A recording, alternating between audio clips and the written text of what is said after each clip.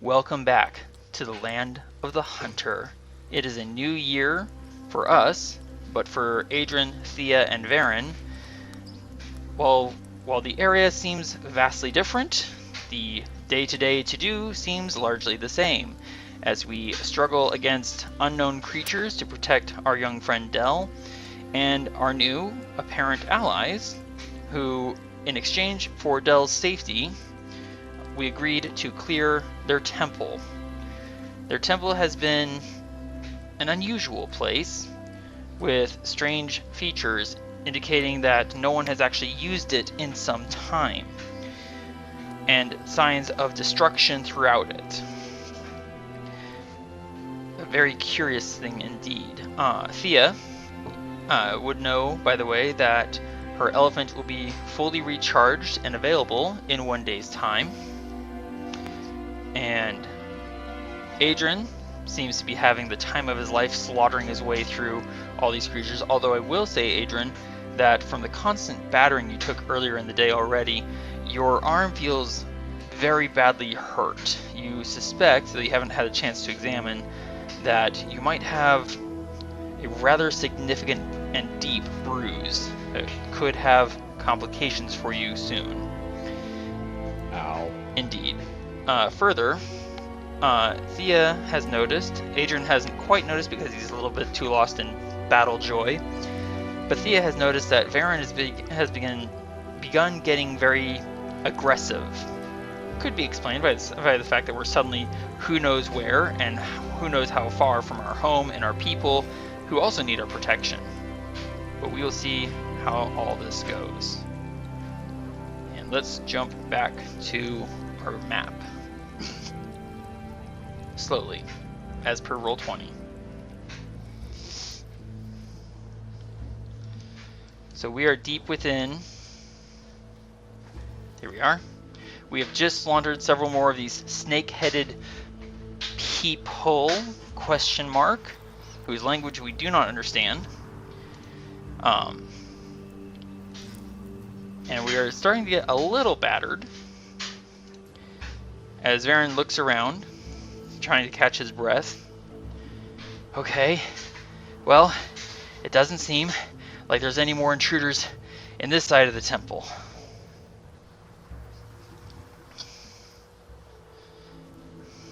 That's true. We still have the other half, though, because wasn't there another door in the main entryway that we had come through? Varin kind of looks blank for a moment, but Adran, you do remember there was one other door. Yes, there was at least one other door. That also happens to... the way to it goes past the fountain, where Varin might have some complications. Because he's still cursed. Indeed. Problematically. Varin loosens his shoulders up with a tense shrug, rolls his neck a few times, and if I can pull up my character sheet, he's going to go ahead and spend one action and eat another Dalek Bean for another 10 temporary hit points. You were going to say something, Thía? Varin, do you need some relaxation tea or something? She'll say as she pops a Dalek Bean. Hold that thought one moment.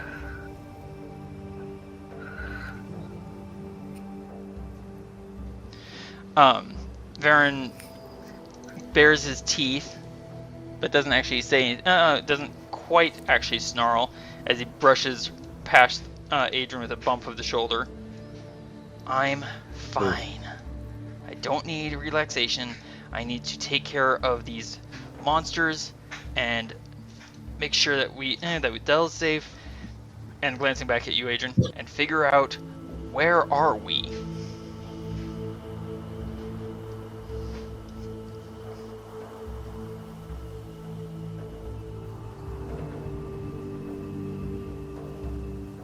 Well, I guess we should get going. Adran, you're muted, sir.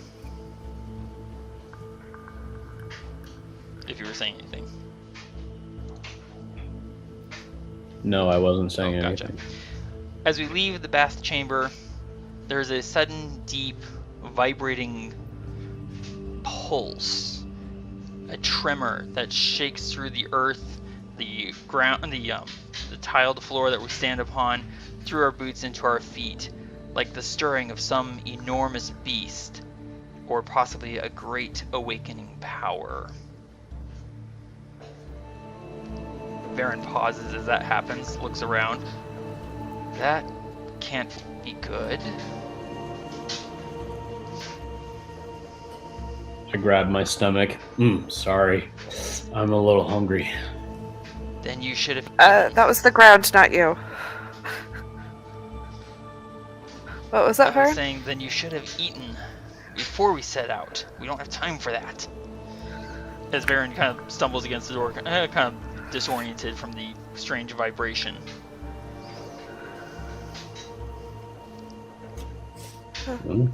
Trying to liven up the mood around here, but yeah.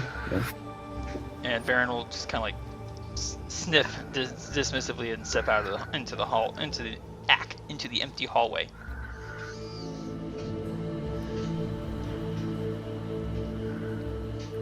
Are you two coming? Well, I guess we're gonna have to make our way back to the front again. So when we get there, Varin kind of grits his teeth. Maybe you two should go ahead of me and make sure I'm not going to slow you down. Sounds good to me. Okie dokie. And Varin will get out of the way so you guys can actually go ahead. And actually, okay, so Varin just realized that he, let me check my speed actually. Varin's speed is 35. Nah, he's not going to cast Longstrider yet. So how do you want to go forward from here? Okay, Adran first, and followed by Thía. That's usually our running order. True.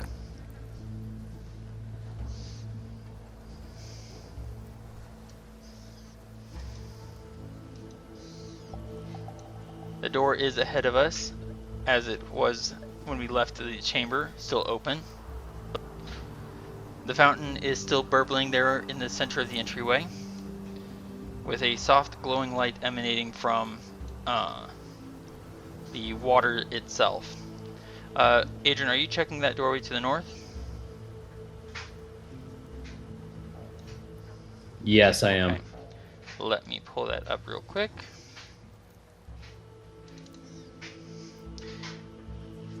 This room has a thick layer of dust on what remains of the furniture. There's some disturbance in the dust on the floor.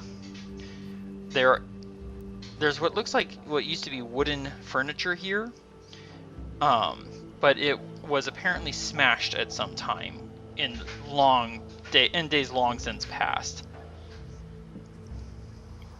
I don't think there's anything helpful in here.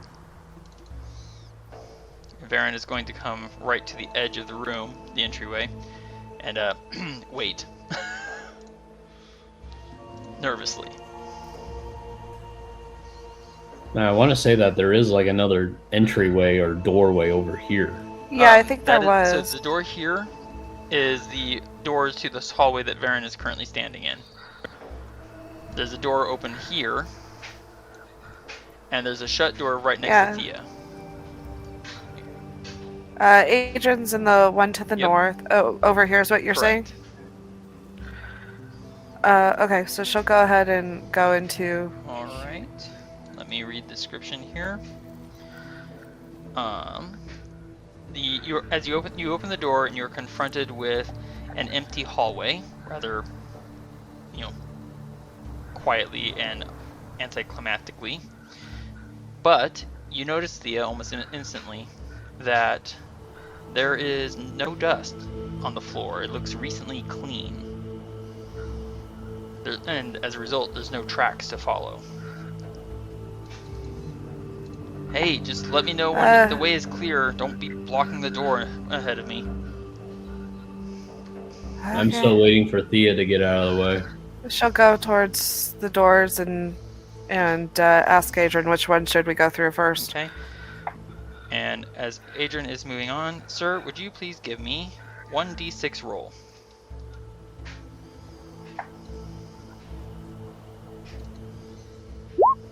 And Thea, while he's doing that, would you like to roll a stealth check or anything? Yeah, might as All right, well. please give me a stealth check. Adran, are you going to be proceeding stealthily yourself?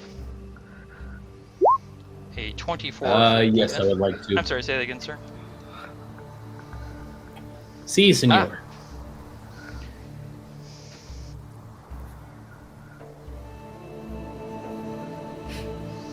Everyone, I will be back just one moment. Okie dokie.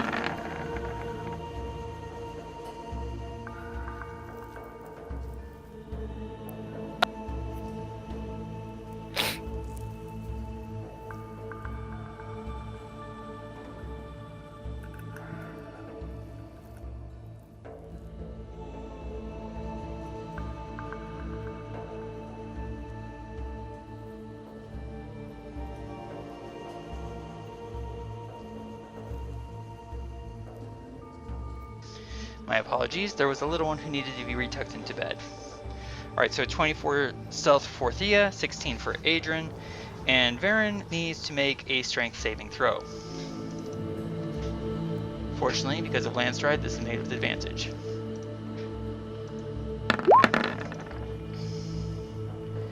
That is actually enough to beat the DC, and as the ground suddenly erupts with fresh plants reaching to grab Varin, Varin is just going to like rapidly dash through and nearly collide with Adran as he comes tumbling through the hall like, oh gosh! Okay, I'm alright. What did I miss? You nearly tripping over me. Well, maybe you should get out of the way then. And realizing that we're actually trying to be stealthy, Varin's going to clam up and try to hide. You'll hear a whisper from the darkness. We don't know which door to use. Okay, so I forgot that I have one level of exhaustion, so I'm going to go with that 21 for stealth. And that whisper... Still not bad for stealth. Yeah. Varin's going to like and then, bite down on his own words, looking around and sniffing the air. Thea, which door would you like to open?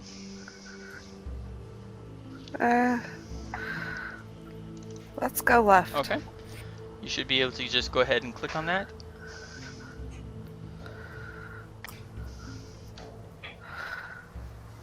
Alright. This room is in pristine condition. Ancient implements line the walls in perfectly arranged order in arrangement of size from left to right, smallest to largest. Long handles with curious looking tangles of cloth that unfortunately look a little worse for wear, dried out. There are buckets that look like they used to be used to carry water, possibly soap. There's long handled sticks as well that have a kind of a brush attached to the end, possibly for pushing dirt around.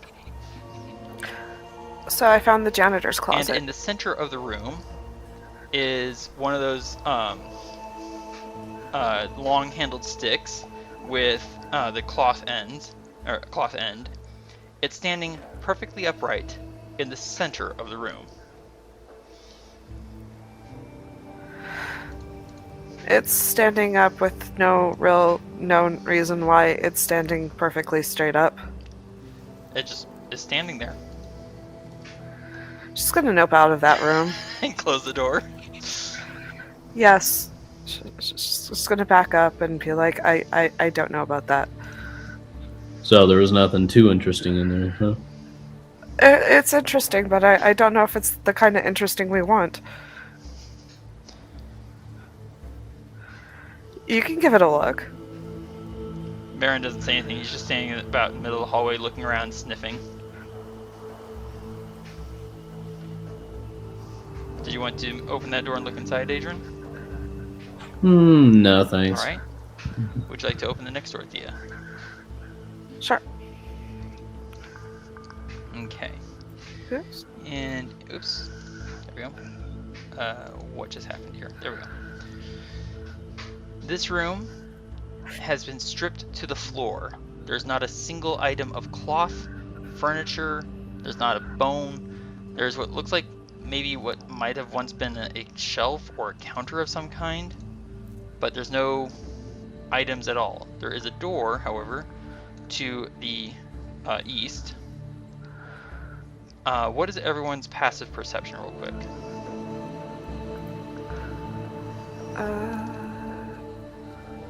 It is a 15. Okay.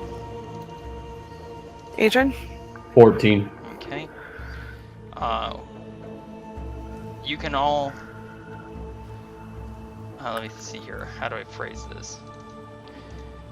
We can all hear sounds of crashing, feet thudding, something bumping, almost as though there's creatures behind that door. But more particularly, as Varin steps into the room, oh yeah, that's what that smell is. And looks at you, Adran.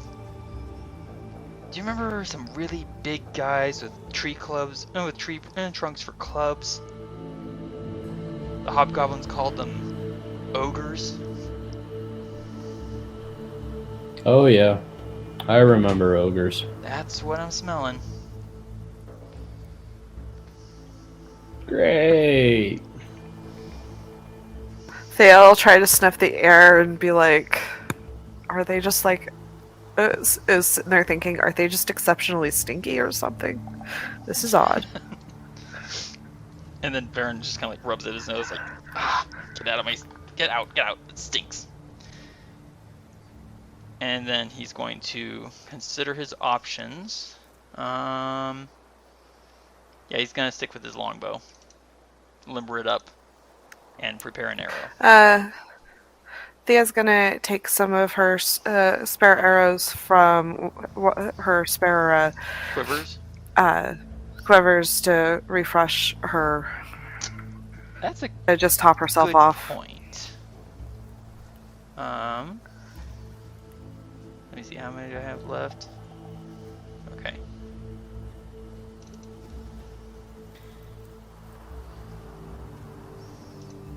Varin's also going to do the same.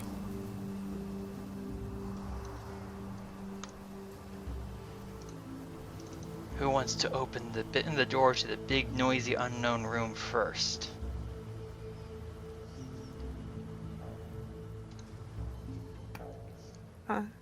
Adrian, you like being a distraction, don't you? You're muted, sir, if you're saying anything. Sorry. I was eating a derelict bean. Give myself some 10 temporary hit points. If you don't open the door, or if you're too scared to, I'll open it. Which door are we opening up? This one? There's one straight in front of And us. as you open the door, so are you actually opening the door? Oh, So that's actually something I forgot to mention. Roll20 added a new feature where you can actually open the doors with a click of the button. So if you're opening the door, you can just go ahead and click on it. I think I'll just open up the door. Okay. Inside, you can barely see much details because of the dark nature of the room.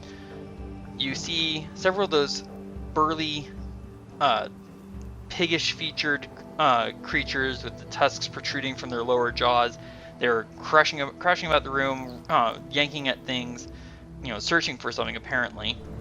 And there's a big hulking familiar shape right there.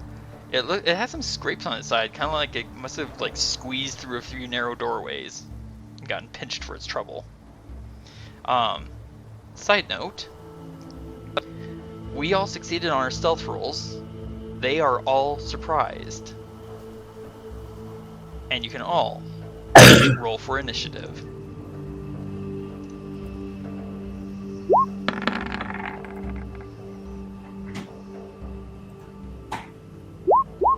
Good roll for Thea. And wow, there's Adran. Alright, let's get our tracker up.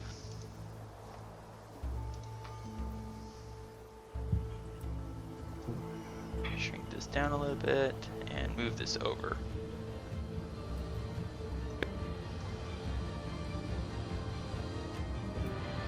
Oops. Moved too far and couldn't see anything. Alright, so Thea, you're up first. What would you like to do? From your position, can you see anything?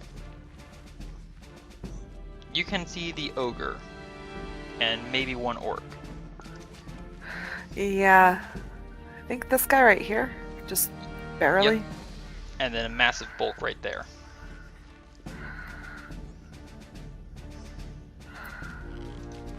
Are they both obviously our enemy, or just this one right here? You don't know if the ogre is our enemy or not, but you do know that these tusk-faced, piggish-featured creatures are not friendly. And point of fact, the mere sight of them makes even Thea rage with some sort of ancient energy. Okay, well, I guess she's gonna go ahead and attack him. Go for the attack with advantage and sneak attack. Oh, and that's a crit. Beautiful. And why didn't the? Wow, that's a really low sneak attack for you. Yeah. Well, that's 4 1s and a 5. Yeah. Ouch. Well, because I have 5d6 right now, You so. do. And my brain just farted on me.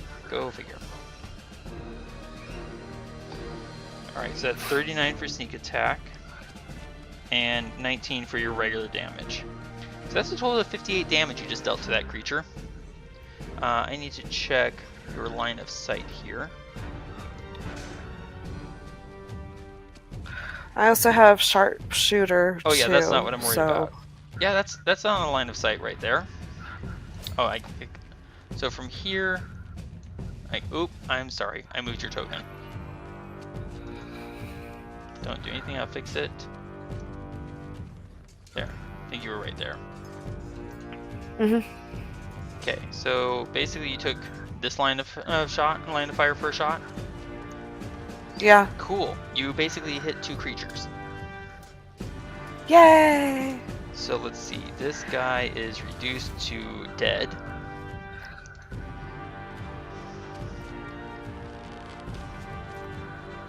And next guy is reduced to also dead.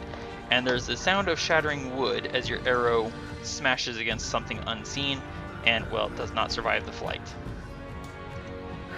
And then she's going to stealth. Okay, that's a 24 for stealth. And move here. That way she's not easily visible. Fair enough. And out of Varin's way. Probably a good call. This creature surprised. Adran, you're up next, sir. Is my sword still ignited? It would be, yes. Okay. So technically, no, it's not ignited. You had force. You chose force for your damage. Oh, that's right. It is force. Mm-hmm. So there's And no glow on you right now. Okay. No glow. But I did succeed with stealth. Yes. So you have advantage And they are all on your surprised. first attack. And they are all surprised. So you get no action, no movement, no bonus, no reaction. Oh, what is the terrain like in here? It's normal terrain. Perfectly normal. Stone. Right? The stone Okay. floor is very smooth except where it's cracked. 15, 20, 25. Okay. You move into the room, charging for that one creature. All right, and I will be using my sanguine nonetheless Ooh, gasp, shock. with force. Go for it. In a couple of senses of that word. Okay, what did you roll? I have no idea. Okay, that's odd. You have a force attack. Let me take a look here. Did you hit sanguine nonetheless, right? Yeah. Why did it roll the... That looks like It damage. is damage, but there's no attack roll. Did you mark advantage for yourself, sir? I did not on that Okay, one. click on the advantage button and give me the attack roll one more time, please. Here we go. Okay. Okay, it's doing Okay, something. Let me take a look at your sanguine nonetheless. Hang on one second.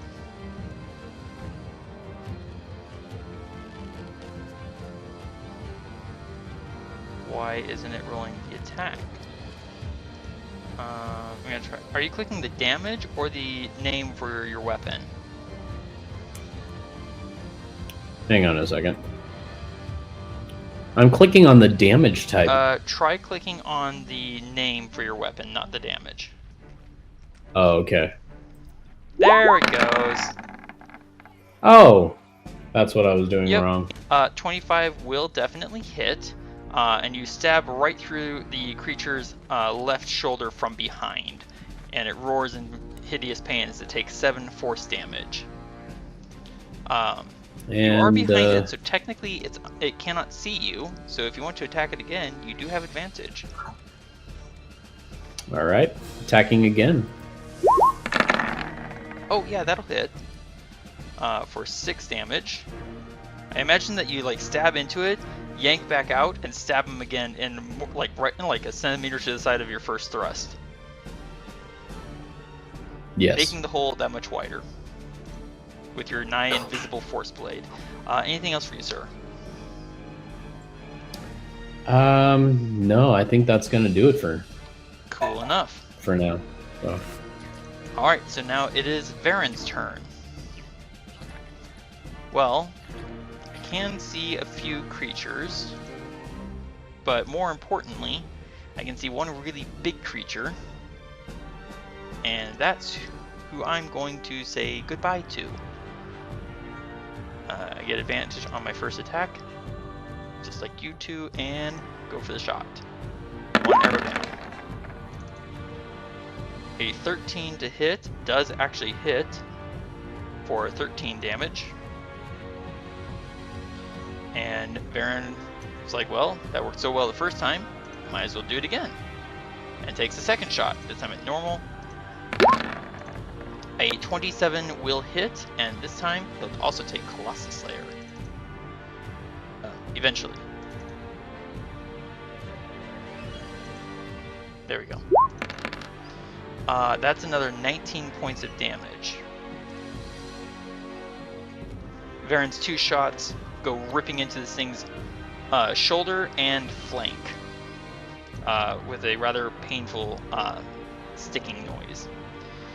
Alright, this creature is surprised. Surprised. That is the end of the surprise round. Thea, you are successfully hidden with a 24 stealth roll. And you hear the big creature in the room beyond roaring in pain. It is your turn. Alright, she'll step here so she can see, and she'll go ahead and attack the big one. Okay, go for the attack with advantage. That's gonna hit for 22 points of damage. And then she'll go ahead and stealth Nice. and step down. All right. Kiting is such an effective tactic. Yep. This creature right here, he's going to turn, look at you, Adran, and he roars out something. You're not sure what the language is exactly, but it's definitely a language that he's talking in. And then he is going to bring his great axe around for an attack against you. Getting a nat 1. It kind of like bangs the bottom of the pommel. That's the word I was looking for. The pommel of his haft clacks against the wall next to him and jostles him, knocking him slightly off balance. And he misses the attack. I'm sorry, you said what about my mother? Where's this guy? There he is. This guy is going to rush towards you, Adran. Spitting in fury as he closes to the attack, his own great axe raised. He gets a 14. He bumps into the backswing of his companion's haft and is knocked back and doesn't complete the swing at you. Adran, now you've got 2 friends. Take care of the guy who insulted me and my mother. Go for the attack, sir.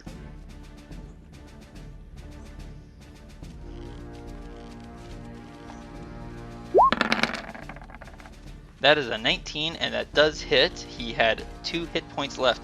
Where does this stab take him?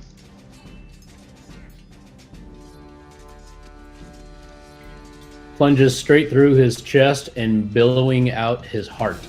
Nice. And I assume you would like to use extra attack on your new companion. Of course. Oh, that's very charitable of you to share. Go for the attack, sir.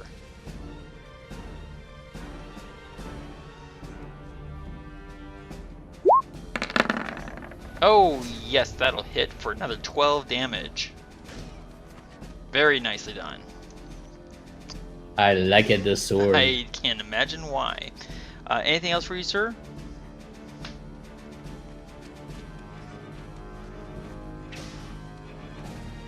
Or is that it for your turn?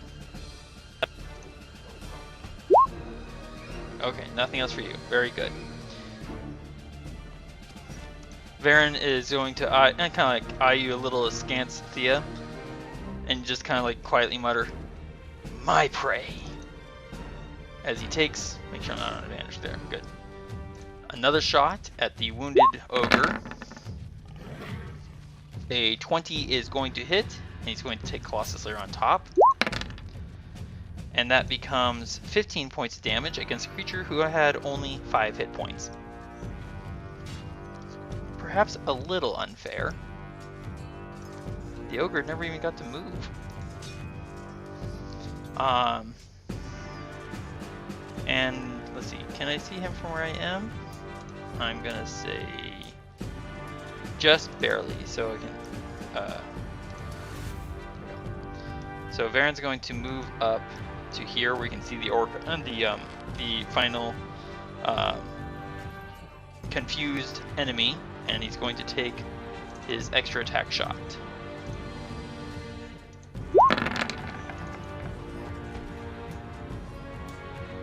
I get a 27 to hit for 9 damage.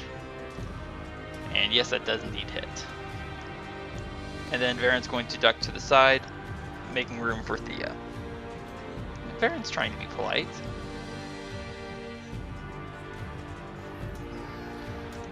The suddenly wounded creature is going to turn, considering the direction he just got shot from.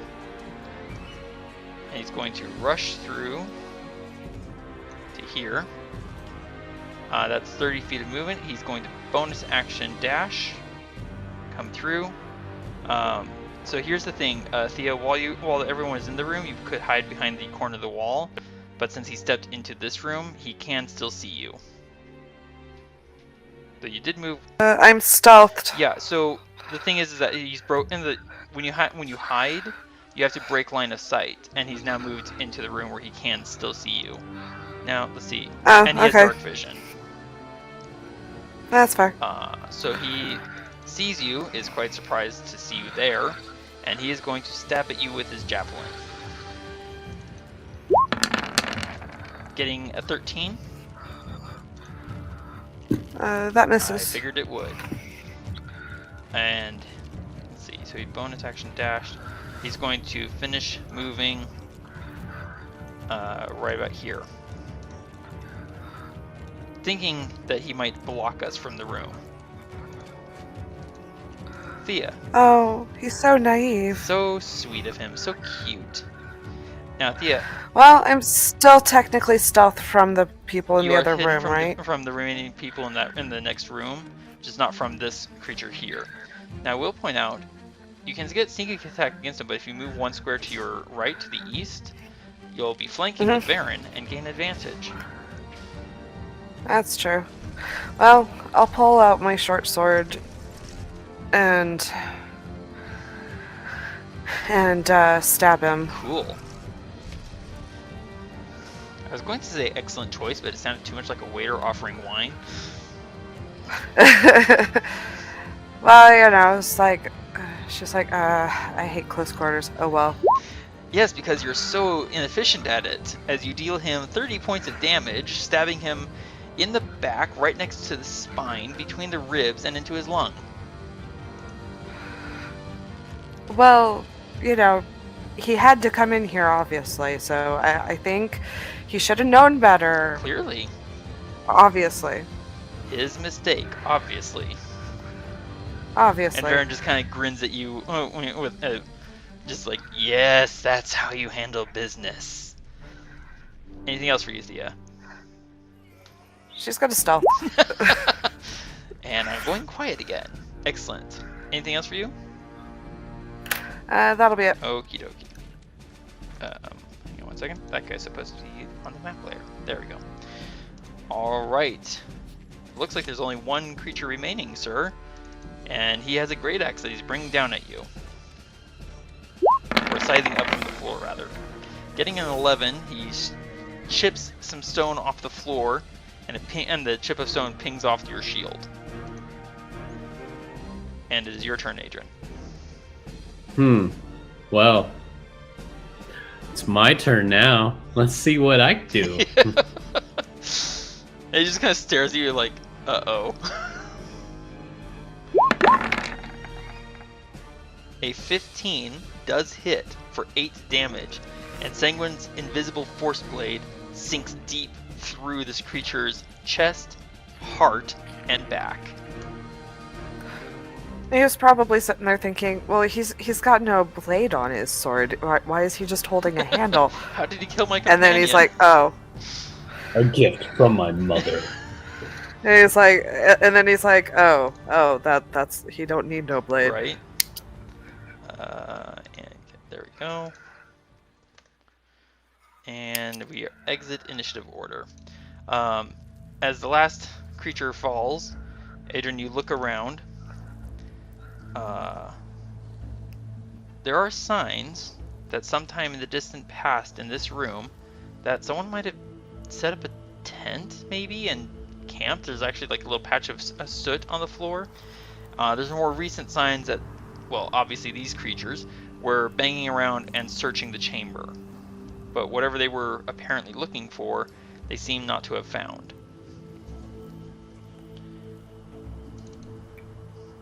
Well, it looks like whatever they were looking for, they didn't find. Ba-dum-bum.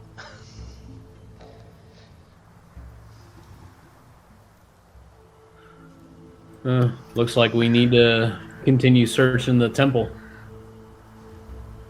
Would this be Okie dokie. Would this be a good time to? Varin mutters as he, or says quietly as he rejoins in this room. Would this be a good time to mention that I felt a movement of air in that hallway we just left? Felt like a doorway, like a draft of air. Cool. Well, Really? maybe there's a hidden door. She goes in trying to see if she can find it. Well, if you can find that draft, maybe there's another door somewhere. Oh, I can find the draft. Excuse me, Thea. She'll back up. And Varin leaves the room. But if you find a draft, could you also find a giraffe? There's a brief moment of confusion from the hallway. Varin calls back, "What's a giraffe?" What does a draft have to do I don't with know. the I think graph? it's some kind of soup. So Varin leads the way back into this long, empty, clean hallway. Stops here with his eyes closed, and neither of you can see any sign of air moving in this hallway. With his eyes closed, Varin just kind of holds still, puts his hand out, turns his face towards the east, and points directly at the wall right here. Okay. Thea will put her sword away. And it looks like She'll- it doesn't look like it's any different from the rest of the walls. She'll just go ahead and feel along the wall and see if she can feel something, All right. like a texture difference or a button or Give me a something. perception check.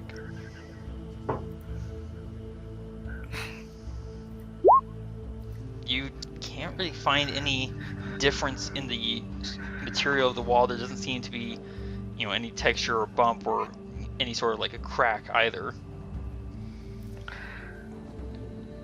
Well, maybe one of you guys can find it. Oh, perhaps I can. Sir, you can give me an investigation check. Investigation.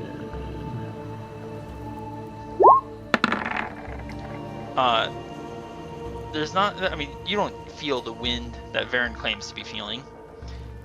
But but with Varin pointing at this wall, it quickly becomes evident to you that it does look like some of the patterns in the wall, if someone has clever enough fingers, they might be shifted a little bit, possibly opening a doorway.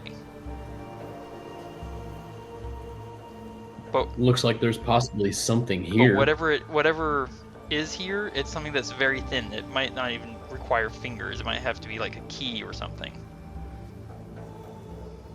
Yeah, but I'm not exactly sure what object I need in order to move this door-ish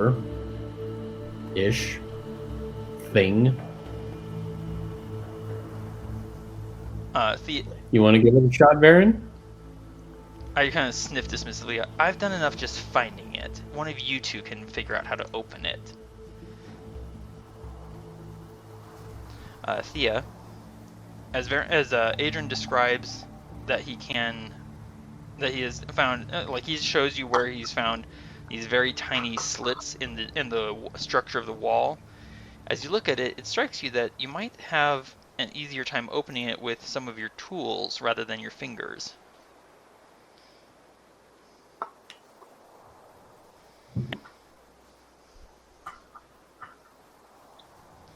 If you like, you can attempt to do so with thieves' tools.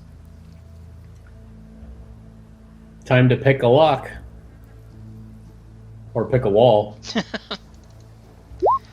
Okay, that is a 10. You can feel the whatever passes for a lock on this wall or door. You feel them shift a little bit, and then your hand slips in the dust, and well, the tool falls out of your hand on the floor. You can try again.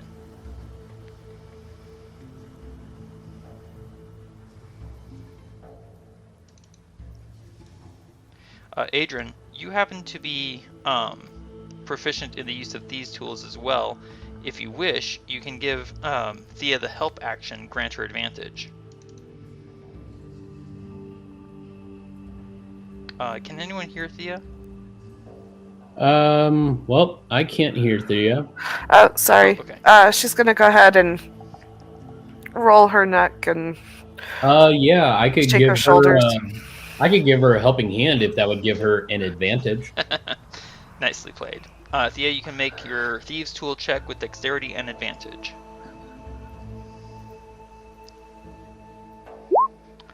Oh, that's a good roll. You feel, as you kind of like work your tools into the slot and picture it in your mind, you feel a shift, and then there's a heavy clunk, a clacking sound, and the door, the wall shifts a little bit. There we go. Make that visible for you. It hasn't opened yet, and you can feel with the tools that you've only opened a part of the lock. Watch for bugs. I hate bugs. Well, don't step on any levers then. Thía, you can give me another thieves tool and if check with dexterity and advantage if Adran wishes to help. I wish to give her an advantage. Okay. It seems like you're getting the measure of this door now because it clunks again. The wall opens up a little bit more. You can now catch a bit of a draft yourself through the opening doorway. I know, right? 27 or 26, which one? It looks like it might be ready to open. If you wish to give me one more thieves tool check, and if Adran wishes to help. All right, you have advantage on your thieves tool dexterity check. Yeah. 13. There must be some form of interference. Maybe like some cobwebs got stuck. Or makes her wish she had some kind of WD-40. Too bad we don't have any. Indeed, there might be a bug inside the lock. Unless Adran is unwilling to assist you because of the potential of a bug.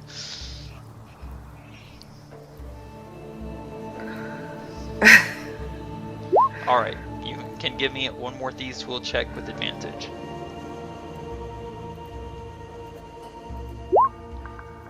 The door clicks, clacks, and then slowly and smoothly opens, revealing a passageway beyond. And through the passageway, we can all hear soft voices in a rhythmic, whispering, hissing chant.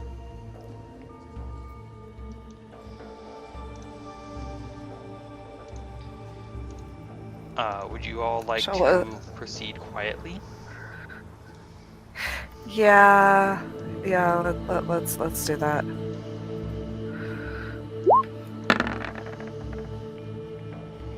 A nat 20 stealth for Adran. Nicely rolled, sir. Good job. And Varin will make a stealth check as well in 1 moment. With disadvantage because he's exhausted.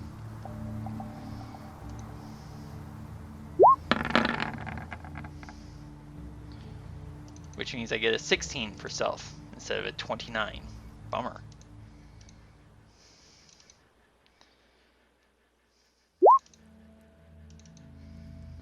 Yes, you are quite well hidden. We can still see each other. Sorry, but we are proceeding very quietly. Who would like to go first, Adran?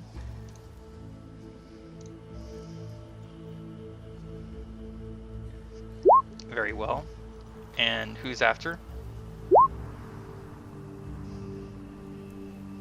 They'll look at Varin and see if he wants to go next, because she's not going to get in the way of him. You're. Well, let's see. I go first. Right here. Okay. Varin will. All right. Whoever wants to follow. Varin will smile at you, Thea, and just, you're learning. Good. As he steps through the doorway, with kind of a bit of a swagger. The hallway, and Adran, you'll note as you move along that similar to the hallway we just left, this hallway is also clean of dust. She's gonna stealthily stick her tongue out at Varin. Varin tilts his head, looks back. I heard you.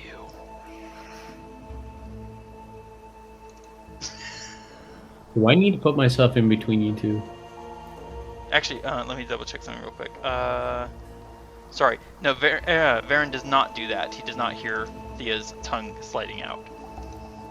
I had to double check something. My bad. Adran.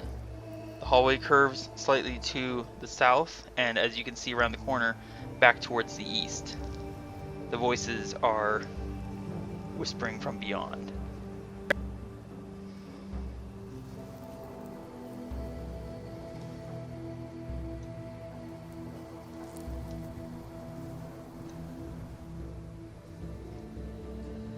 Varin moves to this far wall, kind of putting his back against it.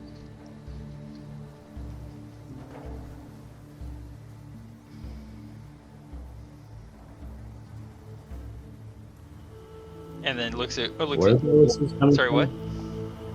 Where are the voices coming from? From ahead, possibly around the corner, maybe a little bit further. Okay. Where would you like to go, sir?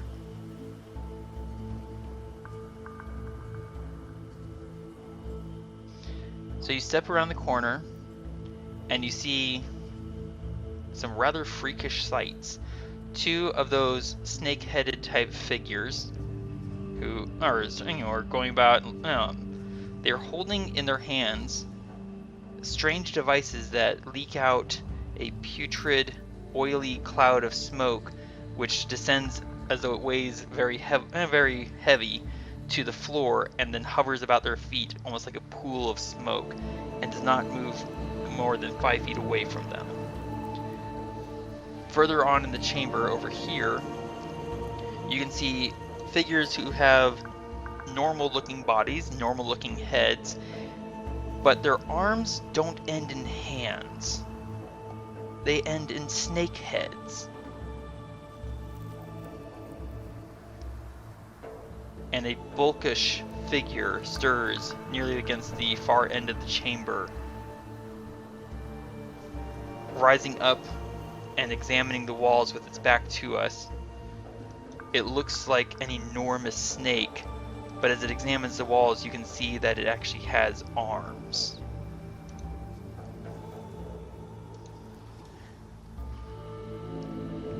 They do not seem to have noticed us. Freaky. Now, real quickly, sir, for some reason I don't see your hit points on your character token, so I'm going to delete your character token and replace it. There we go. Cool. There you are. What do you wish to do?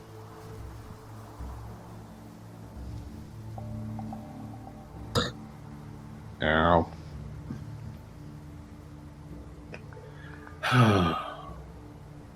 What do I do? And as you examine the room, Varin's going to slide it along the wall up to this corner. Take a quick peek, turn back, and look at you like, I don't like this. Neither do I. And then gesture at Thea, like giving it, come along, like gesture, and like a waving hand gesture. There we go.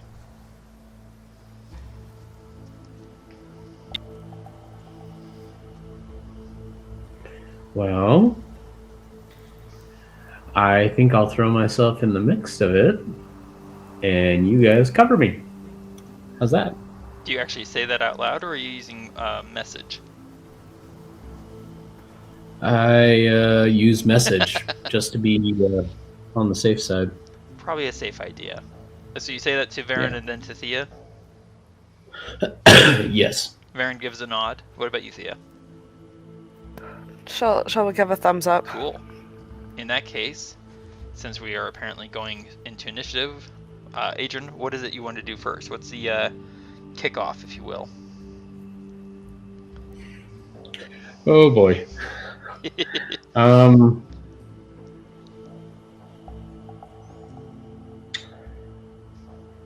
I think I just want to charge in. No, wait, no. I'm stealth, like super high stealth. Do these guys have their backs turned to me? Effectively, yes. I think I just want to sneak at, like, basically sneak attack on one of them. So just walk up and stab them in the back kind of thing? Yeah. There we go. Now it looks like their backs are to us. Alright, so you go up and go and position yourself. There we go. And if you want to make the attack action, which, given your current position, you basically have to, roll for initiative.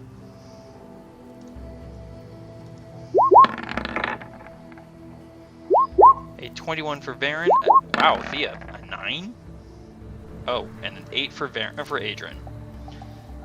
Yeah, it happens sometimes. Yeah.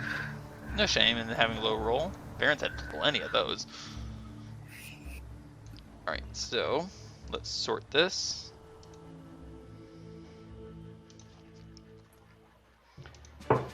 Well, at least we all have them on advantage. True. So since let's see, since we're waiting on Adran, what is Varin going to do? So Varin's up first. He's going to go ahead and use another use of his Charm of Teeth to get Hail of Thorns. So Charm of Teeth, one more use gone. Lean around and actually I'm gonna step here. So I have clean, more or less a clean line of sight.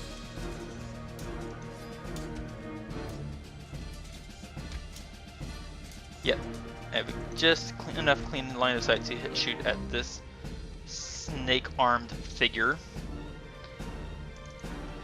Advantage on the first shot. There we go. And take the shot. 25 is going to hit. And that also triggers the Hail of Thorns ability. The target of the attack and each creature within 5 feet of it must make a dexterity saving throw. And takes a d10 piercing damage on a failed save, half as much damage on a successful one. So, 1d10. Oops. 1d10, not 1d0. Alright. So, dexterity saving throw for this guy. Was Adran in the radius of that attack? Sorry, I'm targeting... oh, I guess you can't see him, can you?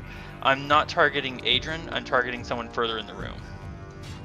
Okay, because I can see that Adran's next to a person. Right. Yeah, that would be a poor choice of targets. And then 2 dexterity saving throws for these two. So 1 does succeed. And let me check my spell save DC. So 1 succeeds, 1, and then the 2 others fail. So my target takes 7 and 5, 12 points of damage. And then the guy next to him takes 5 damage. And then the big snake-like creature takes 2. And I don't know if you can see their health bars, but that did not look like it made a big impression. That was 2. Uh-huh. Seeing that, Varin is going I sure hope my sword can do it. Seeing that, Varin's going to switch targets and target the big guy. Technically, he can't see me because his back is to me, so that still gives me advantage.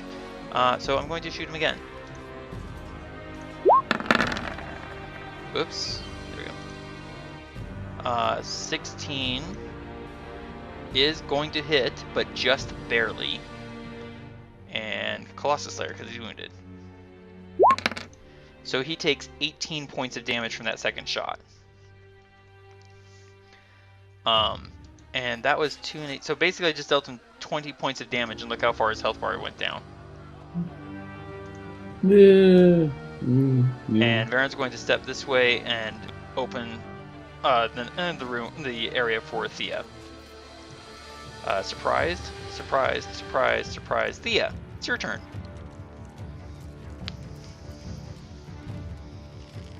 Okay, so she'll step down this way so she can see people.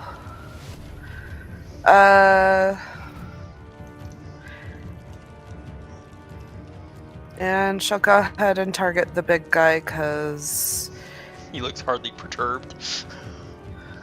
Yeah. So she'll go ahead and attack. That's gonna hit for 34 points of damage. Nice shot. And then she's gonna go ahead and stealth and step here. Beautiful stealth. You got the same stealth that you got for damage. Nice. You muted yourself mid-comment. I was just laughing. Oh, gotcha. Adran, you have advantage on your next 2 attacks because their backs are to you and they are surprised. This is going to be brutal.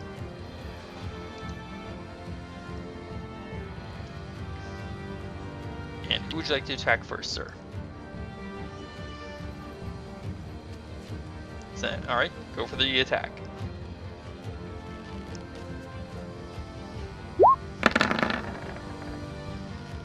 Oh yeah, that's gonna hit right in the back. Watch his health bar as you deal him 11 force damage.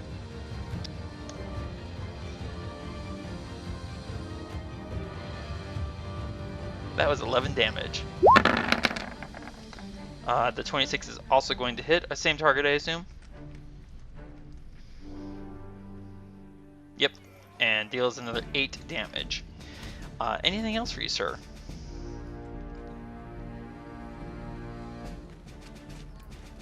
No, I think that's going to do it. Fair enough. The large snakish-like creature is surprised, and that ends round 1. We no longer have the advantage of surprise. Excuse me. Varin is going to settle his sights on that big snake-like creature.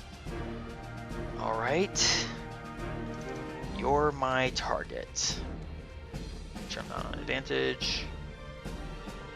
Actually, you know what? No, he still goes back to us because he hasn't been able to turn. Varin's going to take 2 quick shots.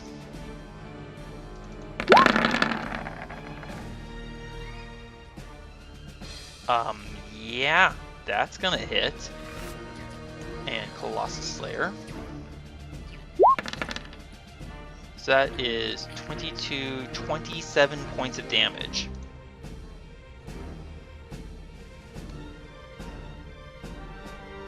And that ends Varin's turn. He's just gonna hold position where he is. This creature that you just stabbed twice, Adran, he's going to turn around, see you, drop the pan that's issuing forth the oily smoke, yank out his scimitar, and is going to attack you, shockingly. First by biting at you. Yikes. I get a 17 to hit. And your armor class is what, 24 or something? 25, my bad. So the bite misses. Yeah, 25, so he missed. And then he swings his scimitar around at your leg, getting a 21. You intercept it with your shield, but ooh, that did hurt. You definitely feel that bruise in your arm. Yeah. And then this guy, he's going to turn, look down, and look at you from his position. And he's going to attack you with his scimitar, blades whirling sinuously between each other. Getting a 17, missing, and then biting at you. Getting an 11.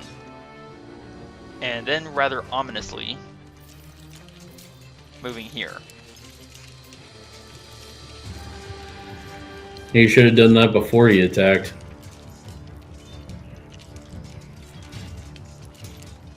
Let's see, does he have enough movement to get... Nope. So he's going to come here. This is one of those creatures who has a normal body, normal head, and 2 snakes for arms. Both of which snap towards you. Ouch. Getting a 14 and a 20. Your armor and your shield are ringing and rather painfully.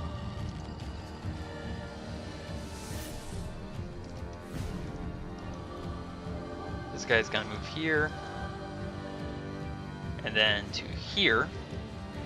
Right up next to Varin. And is going to attack Varin with its 2 biting snake arms.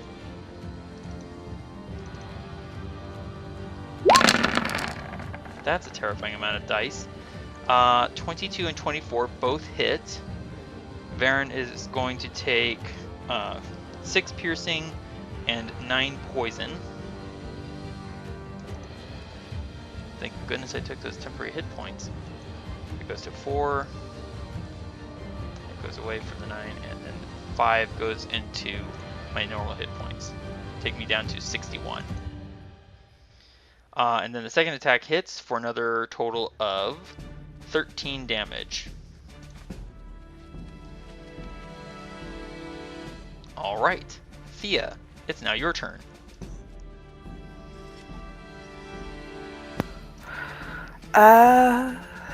Well, she'll move here and attack that Fair guy. enough. You have advantage. Wait, do you have advantage? Yeah. Okay, I'll go with it. 18 to hit does hit. As I double check. Yes, it does. Dealing 24 points of damage. Anything else for you?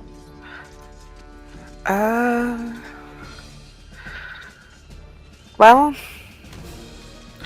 she's gonna stealth because while she might not be able to hide from this guy, she could hide from the rest of the group in the Room. other room. Fair enough. Yeah. Nice. So there's that. And she'll move here. Ironically, you just moved out of this creature's line of sight. So you are actually hidden from him as well. I just looked at his vision. He can't see you. So that worked out well for you. Adran, you are suddenly surrounded by 2 hissing mouths, swinging swords, and then another 2 hissing mouths that might have once been hands? Who knows? What would you like to do, sir? Too much to think about at the moment, but what I think I might do is use magic missile. Okay, on. This guy right here with the snake hands. Gotcha. Go for the go for the damage, I guess. But I want to use a number 2 spell slot. Ooh, isn't that your last one? Nope, I have 2 more left. Nice. All right. So, Excuse me. use a number 2. And now go to my magic missile. And attack. Okay, so that is 2 times 4, so 8 damage. As 4 darts go zipping and slamming into this creature. That didn't really do much, did it? Apparently not. Yep. Well, I would like to use a bonus action and use my expeditious retreat and kind of get out of this little bit. Is that possible? Yes. Well, actually, no, because you used your action to cast a leveled spell. That's right. I remember that now. Okay, well, I guess I can't do that for my bonus. That is correct. If you had cast a cantrip instead, then yes. Yeah. Sorry. Oh well. Better luck next time. True. Did you want to move anywhere, sir, or stay where you are? Well, technically, if I move up here, I'm not retreating from You are anyone. correct. And I'm still within proximity, so no... I can't give them an attack. Fair enough. In which case, it is now the large snake creature with arms' turn.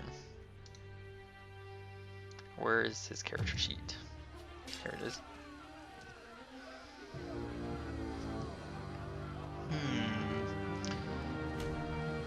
Let's see. He is going to...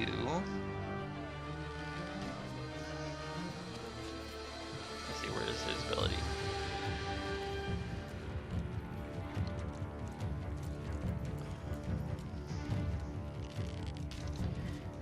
Slither along the floor right up to you, sir. Actually, not quite up to you, sorry. Forget the bugs, this is too close for So comfort. slither up to here, and from that distance, his tail lashes out at you. Bad day, bad day, Getting bad an day, bad 11 day, to bad hit, day. you feel it slam against your leg, but not quite grabbing at you. Ow, that felt like a whip. And then it moves up closer and bites at you. Getting an 18. You can feel its jaw slamming against your shield. And then its scimitar comes around for an attack. Getting a 23 to hit, and you feel that against your arm. I'm too young to die. Especially to a bunch of snakes. It is now Varin's turn. this isn't going terribly well. Let me see. I did just see that thing make like 3 different attacks. Varin is going to step over here and is going to make shots at disadvantage against the large snake thing with arms. Make them count. I think they both count. They both count. And so Colossus Lair. So that is 23. That is 28 points of damage. Watch that health bar. Blood is spraying throughout the room. Adran, even though blood is spraying all around, as Varin's shots just slam into this giant snake figure, as you watch the blood fly, you also see it disappear. There's Not good. Not good, not good, not good. and now Nothing's disturbing about that at all. and then this creature is going to bite at you and slash at you with its scimitar. This one right down here. 15 and 12 both miss. I have a funny feeling that the big giant snake might be an illusion. And this guy, wait, which one is he? Okay. He's going to swing at you with his scimitar and then bite at you. I get an 18 and a 7. That 18 rings against your shield. And then the guy with 2... Seriously, guys, can we try talking of this over, please? And then the guy right next to you here with 2 snake arms is actually going to step away from you. That will trigger an attack of opportunity if you so wish. Haha! Not that, this would be at normal, sorry, I should have mentioned that. So we'll go with that 11, which unfortunately is not a full contact blow, it is a glancing blow, so you deal 5 points of damage. Still, haha! Indeed. And it's going to attack Varin with its 2 snake hands. Gulp. However, 13 and 10, Varin sees the attacks coming and twists and dodges and does not get bit. And then the other guy with 2 snake hands is going to bite at me. See, earlier you were surrounded by 3 guys and 4 mouths. Both of those attacks are going to miss. So yeah, you can actually, from your position, you just see like these arm and hand-sized snake heads lashing out at Varin from around the corner. It is your turn. What would you like to do? She's gonna move here. And she's gonna try and finish that guy off if she can. Alright, you have advantage on the shot. Go for it. Oh yeah, that'll hit. So 7 and 16. Wow, your sneak attack is rolling really low tonight. That's weird. 20. It happens. 23 points of damage. Watch that health bar. He is still alive. Well, he's set up for Varin to kill if he wants to. So she'll stealth and move back over here. Step back into cover. Fair decision. Adran, what would you like to do, sir? Take down the big Go for the guy. attack at normal.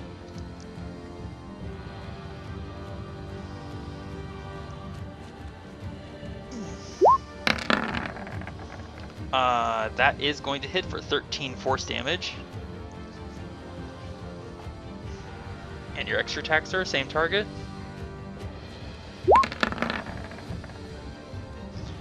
Was that at the same target? Oh, yes. Perfect. As it leans back from your first attack, you see a kind of like its chest briefly exposed, and you sink Sanguine's tip deep into its chest, and it collapses. Anything else for you, sir? Jafar, he's our man. If he can't do it, great! Inspiration point, sir. Oh, thank you. Anything else for you? Just grip my arm real tight, and hopefully it doesn't sting any worse. Yeah, it is definitely aching. And it's getting to the point now where it's almost painful just to hold your shield on. I'm gonna need a long rest for this one.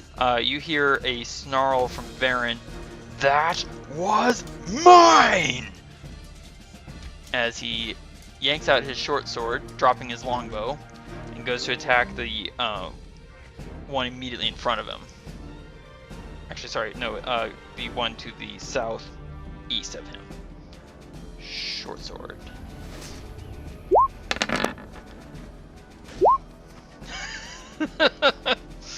The 13 actually does hit Colossus Slayer.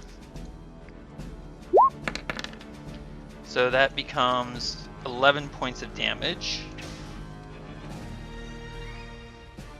And this guy looks very badly hurt, so Varin is going to snarl and just whip his short sword around in a vicious blow at the creatures. Oh gosh. Finish him! There's a ripping sound as the... How you do it? Sorry? I said, well, that's how you do it. 14 damage from a critical hit. There's a very painful ripping sound as Varin doesn't cut the creature's head off, he smacks it off with the flat of his blade. And the head splats and splatters against the wall, drops to the floor, rolls. Adran, you notice that despite the gouting blood from the stump of the neck and the suddenly separated head, there's no blood on the floor.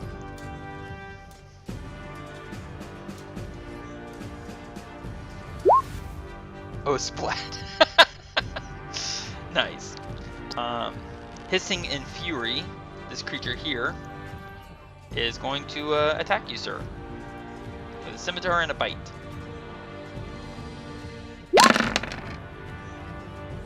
I get a 19 from the bite attack that bangs against your shield, and then the scimitar slashes against your armored leg to no avail.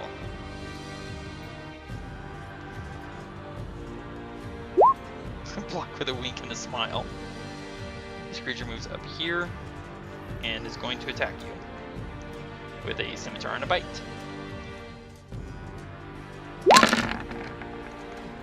The bite bounces off your armored back, and then your helmet rings loudly as it hits your head with its scimitar.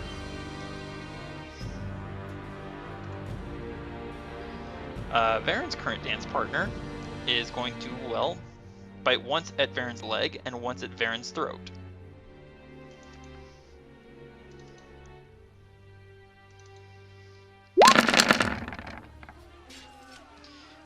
Both of those attacks are going to hit this time. Oh dear.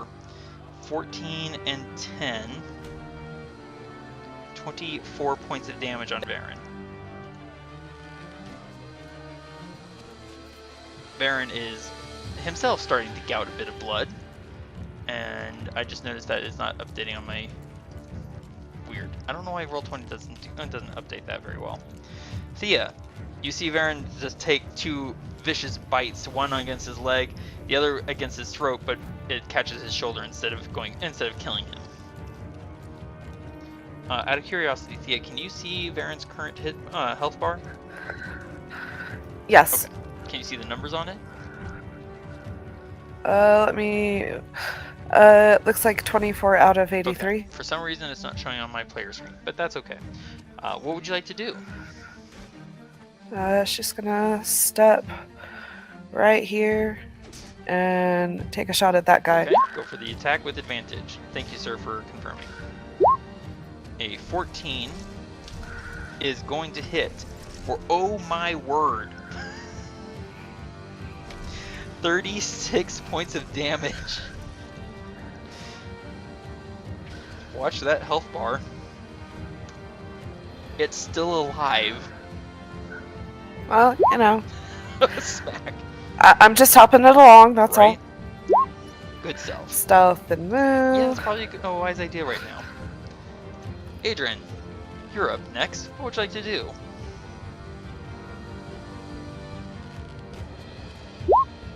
Think about it. Okay. Going after him, the unwounded one.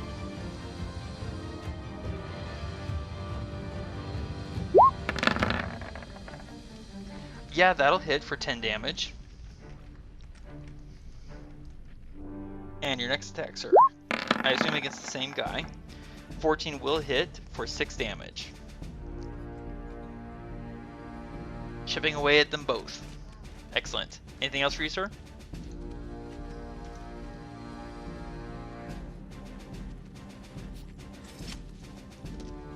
Adran, anything else for you?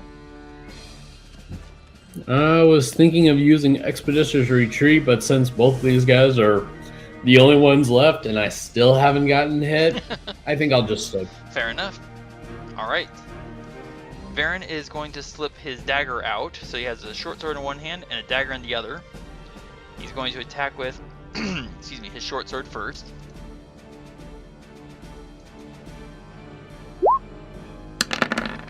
Getting a dirty 20 to hit, and stabs this creature right through its right through the middle of its chest for 8 damage, dropping it stone cold to the floor.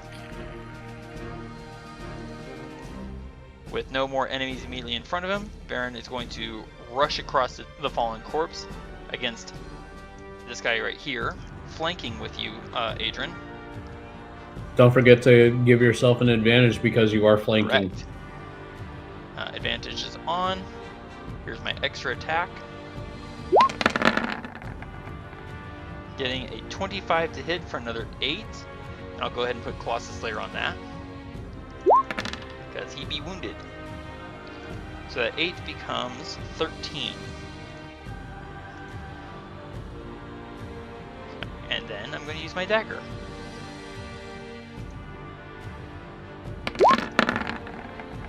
Getting a 22 to hit for another 7 damage. Snarling in absolute fury. Alright, so this guy is going to step on the... Actually, Adran, you can see this guy stepping up onto the corpse of its former large companion. As it does so, it just kind of leans over casually and takes a bite out of the flesh of the giant snake with arms. Yeah. And then it turns towards you, chewing blood dripping from its chin that never hits the floor. You do realize he has disappearing blood, right? And then he goes to bite you with a 15 and then slash at you with a 9, missing you both times. How rude. Very. The guy in between us is going to bite at Varin and scimitar at Adran. The 23 will hit Varin for 16 more damage total, and then the 15 against Adran misses. Thía, it is your turn. And I would say that you've seen these two killed, but you see no blood on the floor around them. How about where Varin was standing? Is his blood on the ground? You do see Varin's blood, but it is slowly disappearing. Yeah, that's not worrying whatsoever. So she's gonna go ahead, step down there, Okay. and attack that guy right Go there. for a shot with advantage and sneak attack. That'll hit for 17 damage. And then she'll go ahead and stealth and go up here. Not her best stealth, but you know, it's a roll. It's pretty good. You feel fairly confident that they don't know where exactly. They know you're there. They don't know where you are. Adran, you have advantage against the guy in the middle. Yeah, I think I'm gonna leave that one for Varin though, because I ended up taking his last kill. Right. Oops. And I'll just go with the guy right behind me. Go for it. And that is on normal. Here we go. Yeah, that'll hit. That'll hit for 10 damage. Ow. Yeah. All right. That will also Follow hit it for up another good. 6. Man, I seem to be hitting a pattern here. 10 and 6. I've noticed. It's kind of odd. Anything else for you, sir? Yeah, really weird. I don't know why. Actually, you know what? I changed my mind. No, I still want to give Varin the advantage. Fair enough. On this, so we'll stay right here. Fair enough. Top of the round, Varin is going to explode in fury at this snake-headed figure. Advantage on all attacks. 2 short sword, 1 dagger. And gets a crit on the first hit. So I'll put Colossus Slayer on that first attack.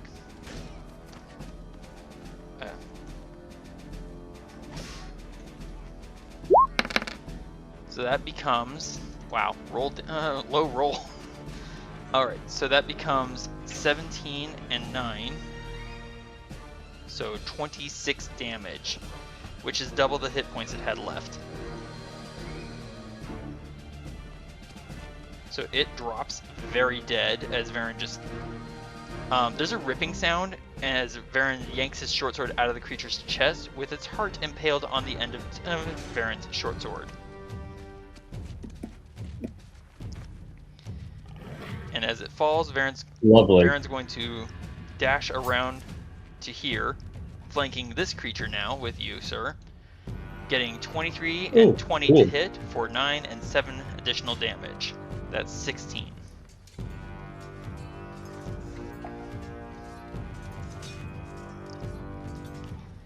And that's the end of Varin's turn. Perhaps a trifling unfair, but it was rather effective. This creature here, considering its options, is going to disengage.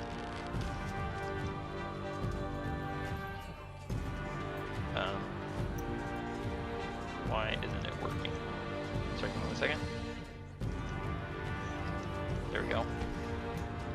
15, and then it jumps over the body here. 25, 30. And that's where he ends his movement. So Thea, you're no longer hidden from him because now it can see you. What would you like to do? You could potentially so it's not it is wearing the same kind of cloak and hood that the others that we've encountered were wearing. So you could conceivably attempt to use your fast hands to pull its hood over its eyes.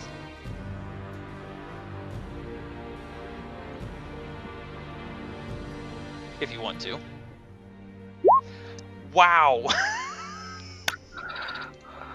A nat 20. So the only way I'm going to beat that is with another nat 20.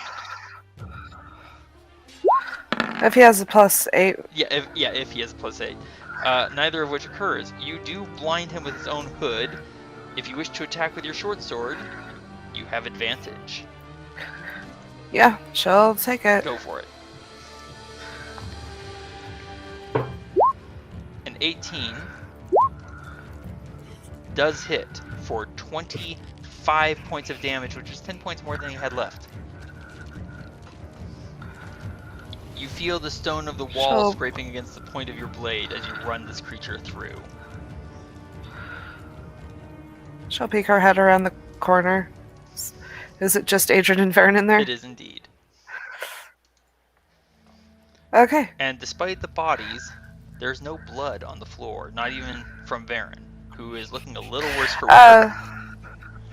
She's going to take and put away her weapons and then pull out one of her daggers and do like a really shallow cut to put a small amount of blood on the floor right here, because it hypothetically has not seen any blood that she's aware of, and to see what happens to it. So you're taking some blood from one of the bodies and putting it on the floor?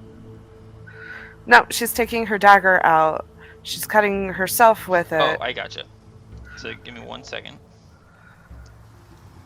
For whatever reason, the system's having issues with their tokens.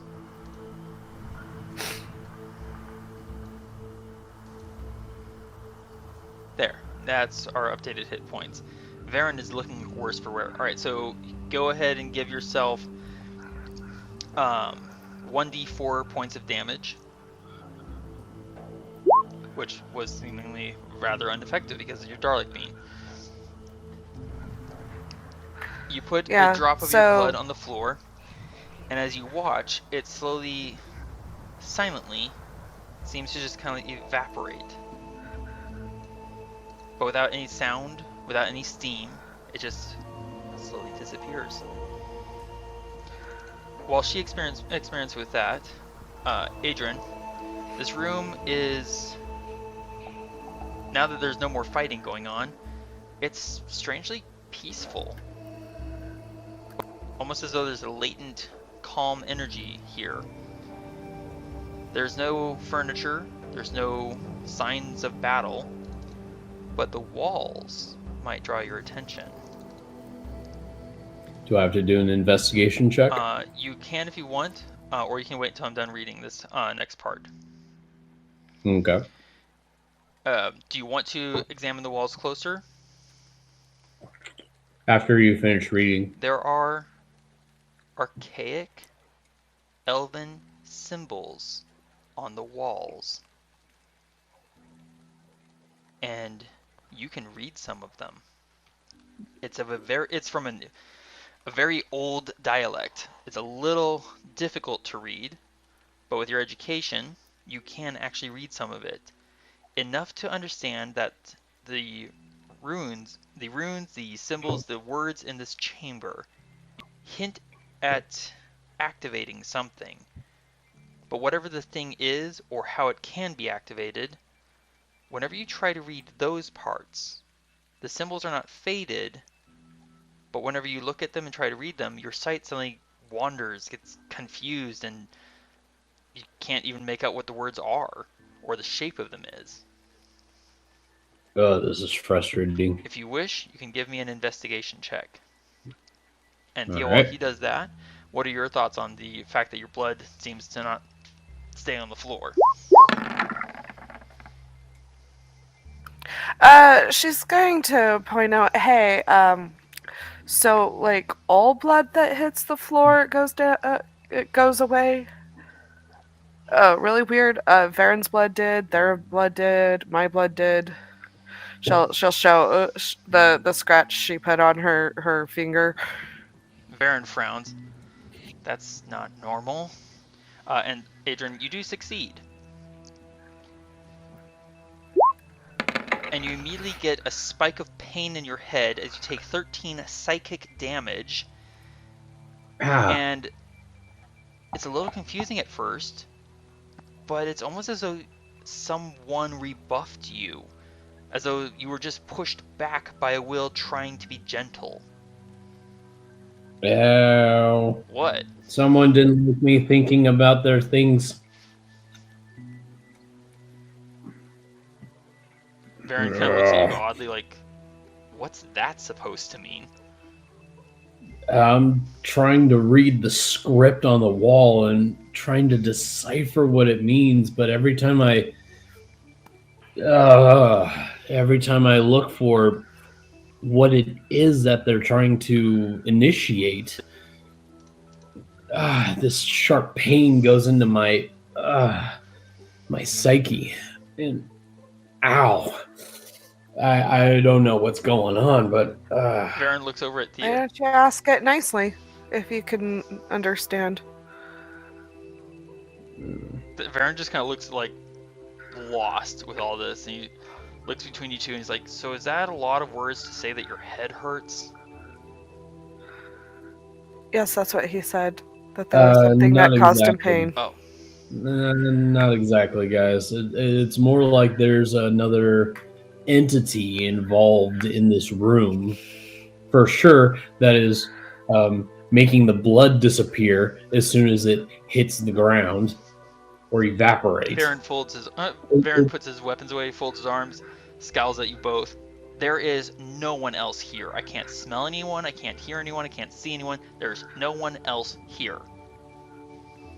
Sorry for interrupting you, by the way, Adran, if you wanted to continue. Oh no, that's all right. I don't know that Varin was really sorry. I just almost feel as if that there's another like a presence Did you want to try? or an entity. Do you want to try investigating the chamber? Not the words, but the chamber. Yeah, the Go chamber. ahead and roll me an investigation check.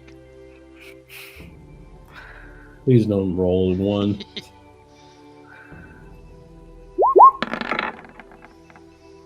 You would. As you start, It's better than it one. is better than 1. So as you start investigating, trying to find the presence, any evidence of a presence or being, or however you want to put it. In essence. An essence, sure. Adran Amakir, Thía Nailo, Varin Holimian. This is not meant for you. Depart in peace. The words resonate through our skulls, never once going through our ears. Okay, thank you. She'll start walking out. Well, I think it's time for me to go get some fresh air. Just kind of jaw drops, looking around like, what? What knew our? Those were our names. Yeah, and someone else called out to him. I think it's better chance that we just leave. Varin turns to follow you and trips on his bow, which appeared suddenly at his feet. Ow! He did drop it. That's why you don't drop your things. Or at least your bow. I dropped it at the entrance, not at my feet. It follows you. I stare at you as you disappear through the chamber like, oh yeah. Having completely forgotten.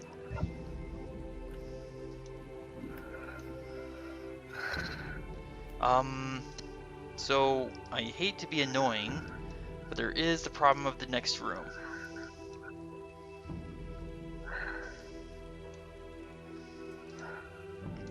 Oh yeah, that is a problem. You might want to do something about the fact you look like you're about ready to collapse from blood loss. Varin opens his mouth to replies, and there's a sudden pulsing vibration throughout the entire structure, cutting Varin's words off, and Varin disappears.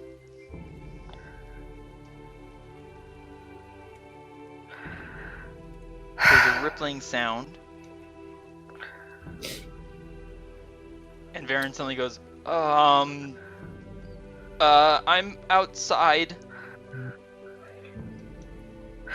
Thank you, person. That was appreciated. She'll head outside. Varin is visibly shaken. You think you're visibly shaken? I'm horribly shaken.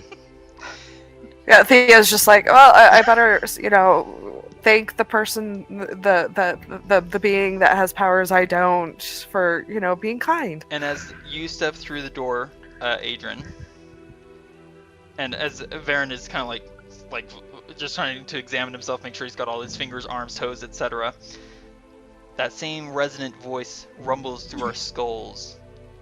Consider this a courtesy. And the doors that enter into the temple slide shut of their own accord and seal. Well, that went better than it could have, all things considered. Oh, boy. And I look at you specifically, hang on, what's not working here?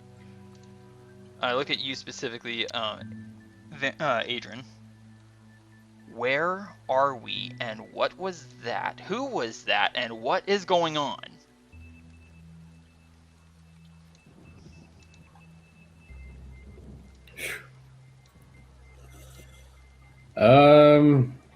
Well, Oops.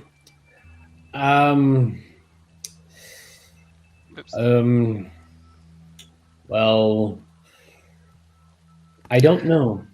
Whoever it was didn't introduce themselves. I mean, I don't think we're owed an introduction. They were pleasant enough considering we were apparently in their home. I mean, I don't know what happened, but all of a sudden everything around me became ghostly. Like, I could see you, but you looked transparent to me. Like, I could look right through you. And the walls.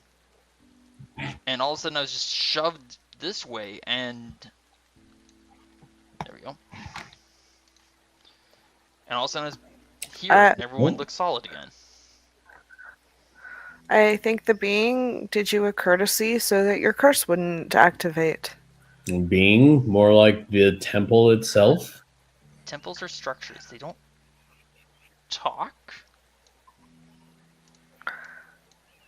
Right? Well, they communicate. This one at least communicated. Varin is looking rather confused. As we stand there and discuss, it suddenly dawns on each of us.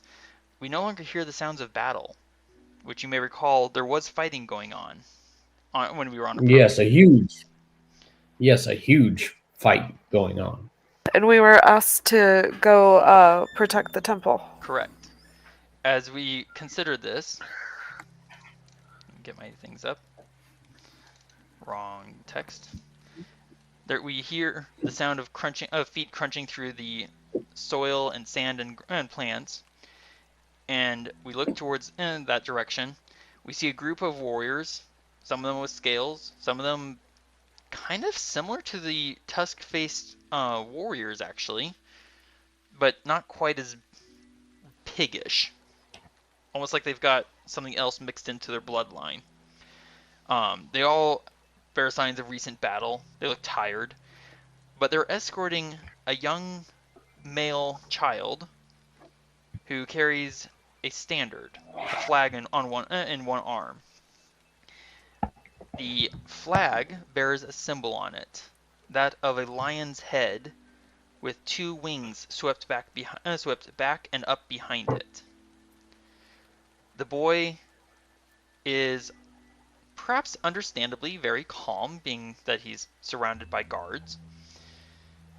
And as he approaches us and looks us up and down, we can see that he has a pronounced scar across the bridge of his nose and a missing finger on his left hand.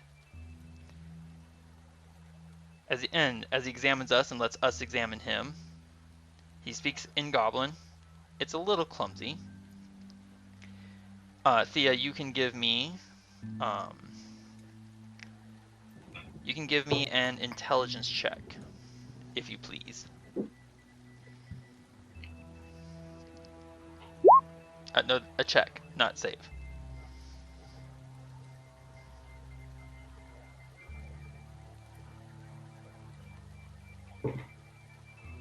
There we go. Thanks to your exposure to the goblin tongue, you're actually able to pick up enough of what he's saying to understand the message, if you don't understand the entirety of it. My lord, Bakataman extends the traveler's greetings and invitation to his camp, if you will follow me, his herald. Well, I don't know about you guys, but I'm following. Yeah, might as well. They seem pleasant enough. He offers a bow, turns without a further word, and starts leading us and his guards back. So let me move us quickly here to the correct map. By the way, I'm aware of the time. Did we want to take a brief break or continue playing? Oh, let's take a brief break. Okay. We'll take a 10-minute break and come back in a few. Let me get paused here. Okie dokie. Alrighty. Myself. Alright, we're back.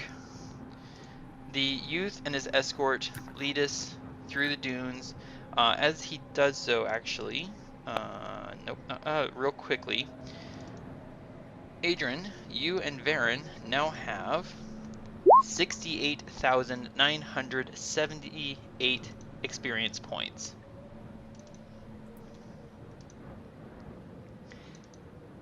Thea, you now have 62,970.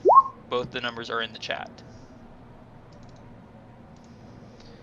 And where did I put that?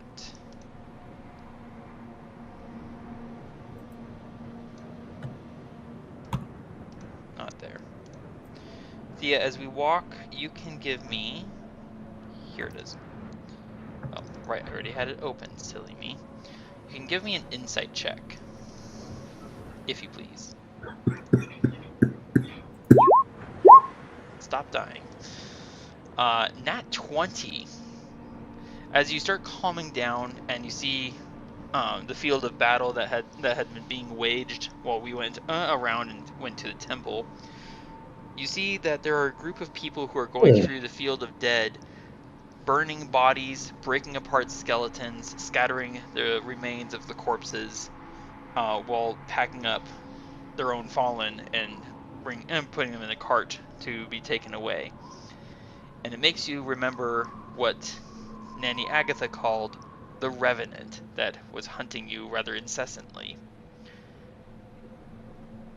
As you think about it, it stands to reason that such a thing could only come into being and be sustained by magic.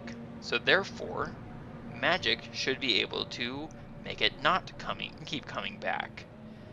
But whatever the kind of magic that would be required must be of, well, frankly, possibly legendary proportions. And as you think about that, sorry, go ahead. And it's definitely something she herself cannot do. As you are currently, probably not. You can give me an intelligence check as well. With advantage, by the way, because you did so well with your insight.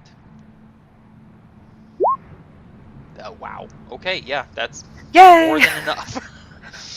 Well done. I'm seeing some really good numbers here. Yeah, right. So as we walk through the sands and between the piled up hills of sand and through the plants, and you start thinking about it, you recall that the Revenant seemed to take a bit of time to reconstitute and return after us, anywhere from possibly 12 to 24 hours. The other thing you think about is that the body type didn't really seem to matter to the Revenant soul, so long as it had arms, legs, body, head, and was dead. With that in mind, areas of dead bodies and or undead should probably be healthily avoided for you.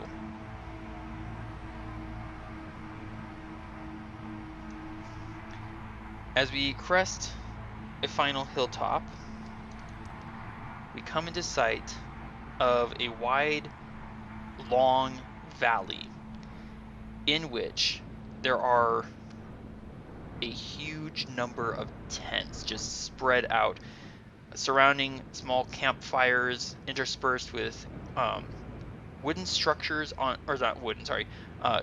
bone structures on wheels. There are no walls in sight. There's no construction of any kind. The tents look like they could be easily taken down quickly.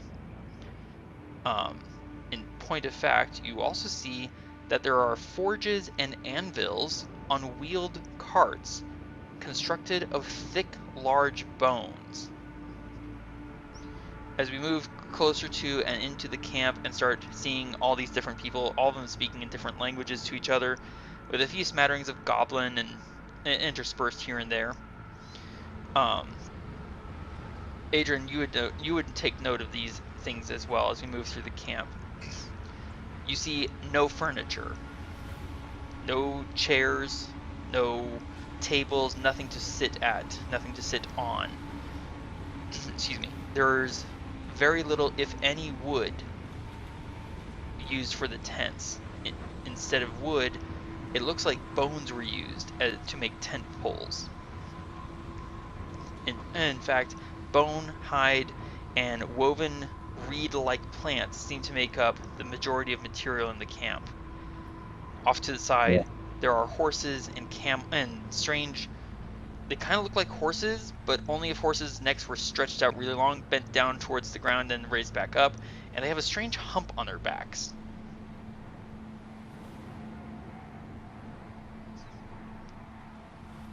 Well, they sure don't let anything go to waste around here. And as we are closer and you make that comment, you smell the scent of the fires burning. They aren't burning wood. And you notice that there is a distinct lack of animal droppings. But there is a very similar smell to the smoke.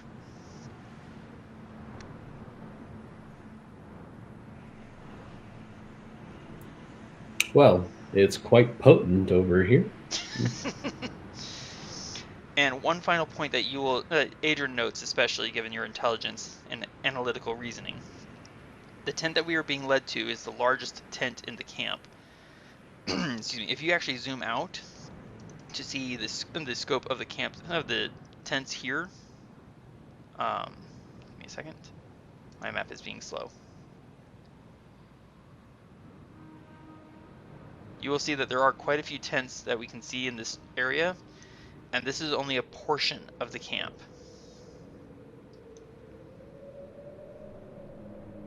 It spreads throughout this valley and has quite a few obvious guards. The tent that we are being led to is the largest, and its back is to the rest of the camp. Its front is pointed directly towards the temple we just cleared. In point of fact, it is also, of the other tents in the camp, the closest in its positioning to that temple. No other tent is closer to it. Most likely having some significance in positioning. Varin shrugs. Varin's looking kind of blood loss, exhausted, and uninterested. Anything for you, Thía? Well, looks like she won't have to worry about dead bodies.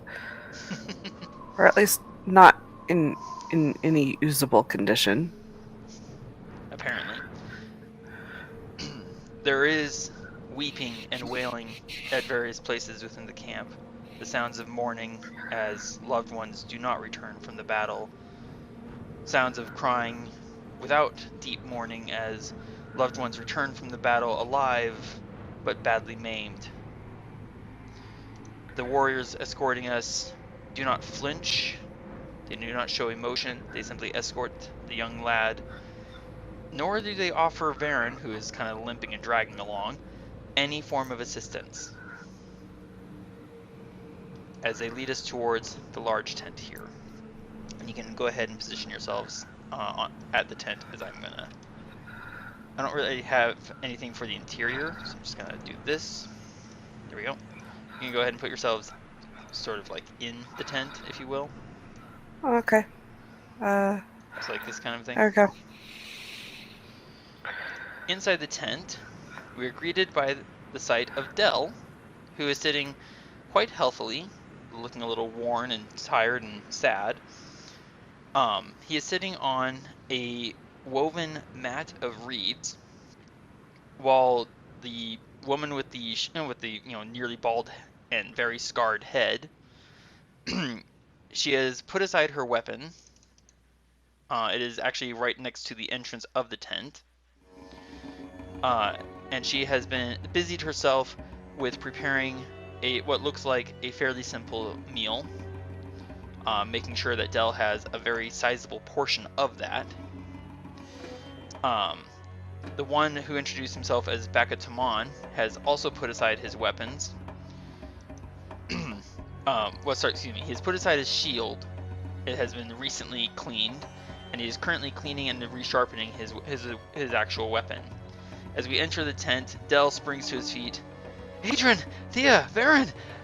Varin, you're looking rather unwell. Adran, Thía, what happened?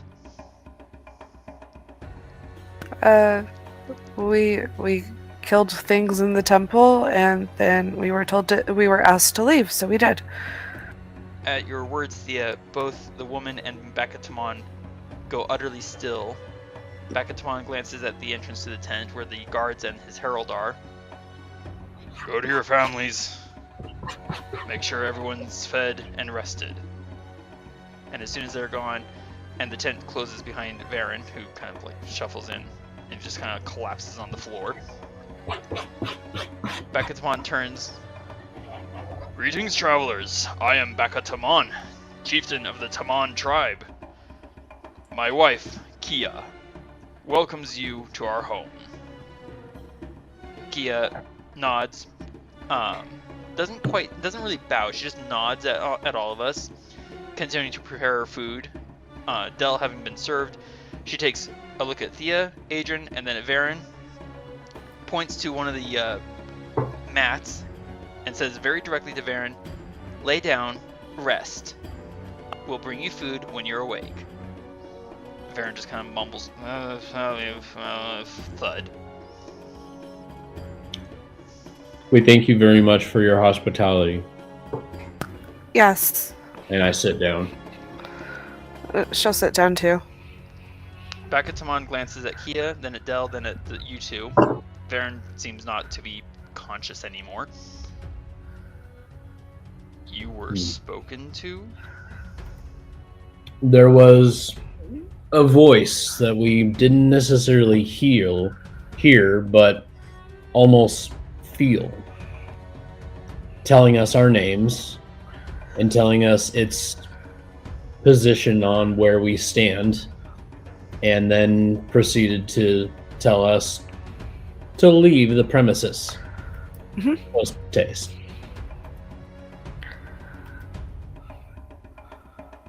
What I am about to ask might seem unusual, but I must know. Are you a Lefkin? Adran, you can give me an intelligence check. Okay. And Thea, you can as well if you wish. Okay.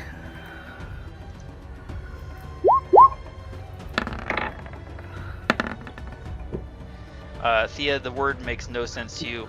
Adran, it takes you a moment, but as you reason through it, it actually kind of comes off as a slightly corrupted word of elven kind.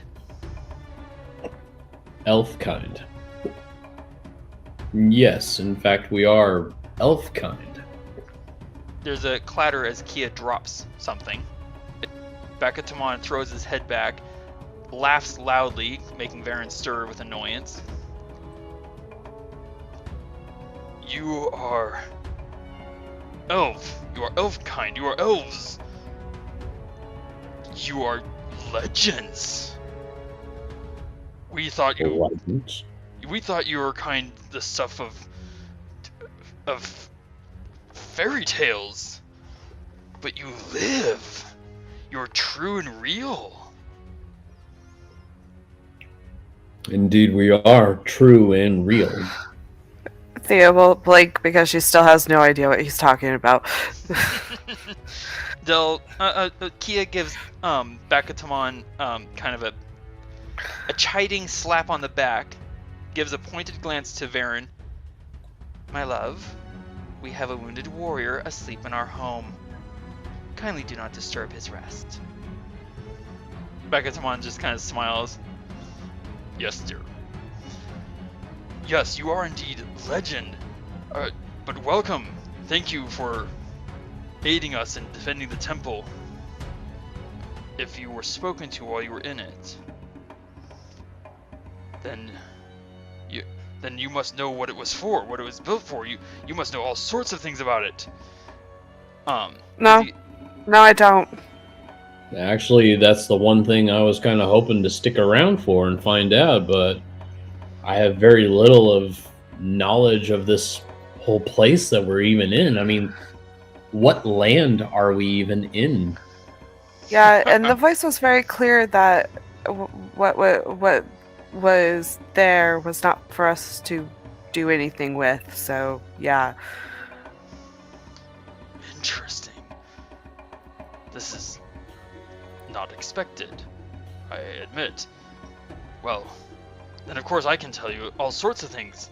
Alright, and then there's suddenly Bakatamon is interrupted by a crackling peal of thunder rolling across the camp, which you might recall was underneath a clear, empty sky.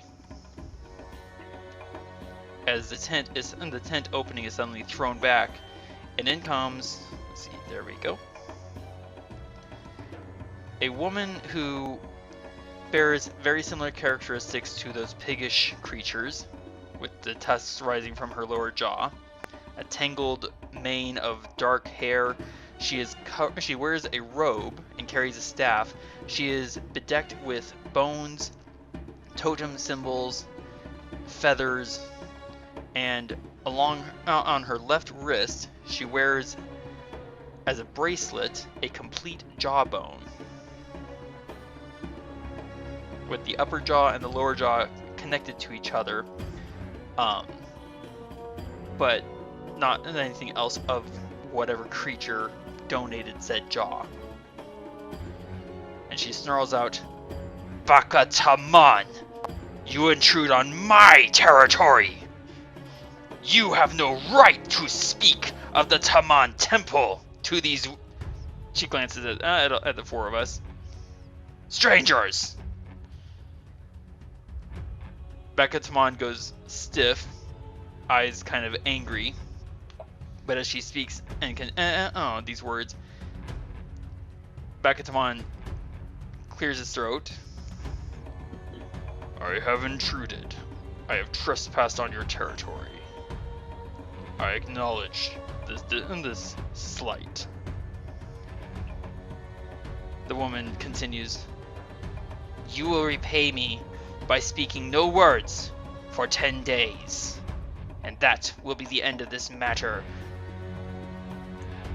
In the meantime, you and Thía may step out." And without a word, Bakatamon stands up, collects his gear, and steps on out.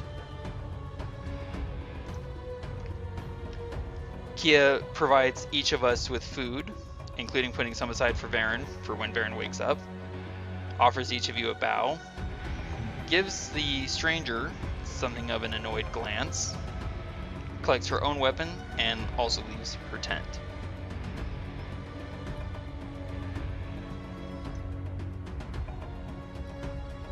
"Your names, little ones."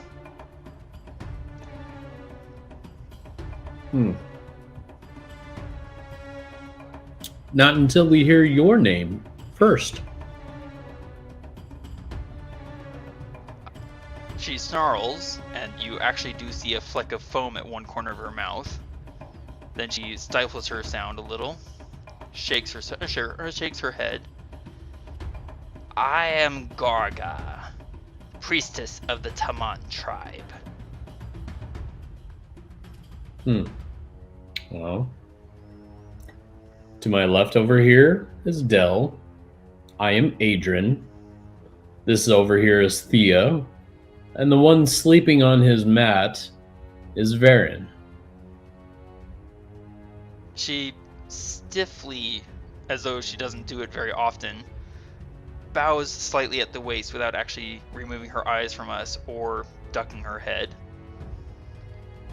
"You have been made welcome in our camp, and you were almost told what you must not be told, except by me. You will not speak to anyone in this camp of what you saw, of what you heard within the walls of that temple, or I will deal with you all." So I take it there's some spiritual secrets about that temple? Oh, there are secrets throughout this world, little one. Bakatamon and this tribe exist to guard but one secret. I guard another.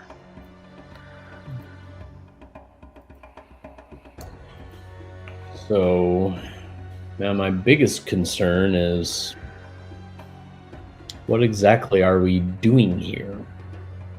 I do not know. Where do you come from? You are not of our kind. You are not of any of the other kind what wander this camp. We're We far were from one home. world. Far from home, child, is clear. What is it that We you were were saying? we were from one world, but then stumbled across this world due to probably from a portal of sort. I've heard rumors of such magics, but they sound, well, let us say that they sound unlikely to occur. She kind of pauses, sniffs a little. Which one of you is badly wounded? Well, that would be my friend Varin sleeping on his mat. He needs but sleep.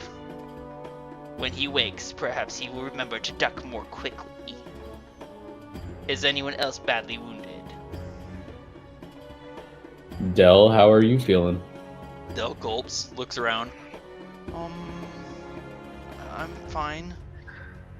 I've been given food and drink since I arrived. And I've not been harmed. She kind of looks at Del. You are of their kind, though dark-skinned you be. You came recently, I heard, before the battle ended. You did not go with them into the temple? Del shakes his head. You remain here, boy. Do not speak unless spoken to. Del just kind of bobs his head meekly and is quiet. Well, then guess the only other person that is injured in here is me. My arm feels a little bruised after being dealt many blows from some of those lizard-like creatures. Lizard. You speak of my kindred, the orcs. Yeah. Well, Kind of serpent head, serpent body. your shield is hit several times by the piggish-faced creatures, as well as the snake-headed ones. Oh yes, that's right. Also the pig-shaped creatures. She seems to relax a little bit, sits down before you, and before all of us. Pulls out from her various folded robes a rolled up piece of parchment and starts scanning out what's written there. And as she starts mumbling the words aloud, the words and the parchment start to glow and fade away. And Varin, you feel the bruise that went deep into your bone, by the way, ease away. You mean Adran? Yeah, sorry, Adran. Sorry. That is all I can do at this time. I have used all of my scrolls already, and my magic has been worn out tending our wounded. Well, I greatly appreciate your help. You aided, you defended, you guarded what we have to guard, and you did it without knowing what you were doing. So long as you do not intrude on my territory as young Bakataman the idiot did, I will have no quarrel with you. He did mean well. He always means well. That does not mean that he is not an idiot. I will have to get more ink to make more spell scrolls, and take time to make them. But they are useful. I spoke rudely, I acknowledge. Please do not speak of what you saw in the temple. Knowledge of it and what it contains is mine to guard. The structure and its safety is Bakatamon's to guard.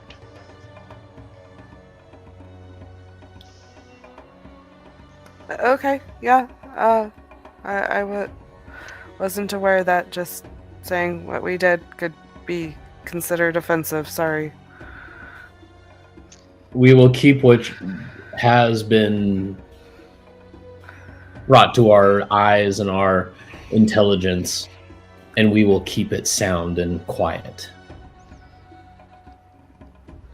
Do you share with Gorga what the unknown voice told to us?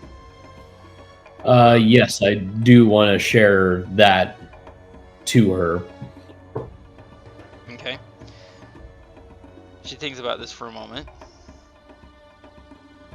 If you are truly of elf kind, as I heard you say, you must have tried to read the words. Is this so? Yes. Well, this becomes interesting. I will aid you in trying to discover where you are and where you come from. You are guests. We will be kind to you and treat your injuries as we are able. You were able to read the words, old though they be since time out of reckoning for us, and it spoke to you. Yes. Seems things are about to change in this old world. This could be exciting. Well, if there's anything that we can do to help you in your quest or your land or your secrets, we are here to help. That offer is best made to Bakatamon. I'm sure once he's able to speak, he will accept. But that does not mean that you're accepted by all of us, simply by the Taman tribe. I would be careful where you walk and what knowledge you share. Sands hide many secrets, and many secrets are not good to be known.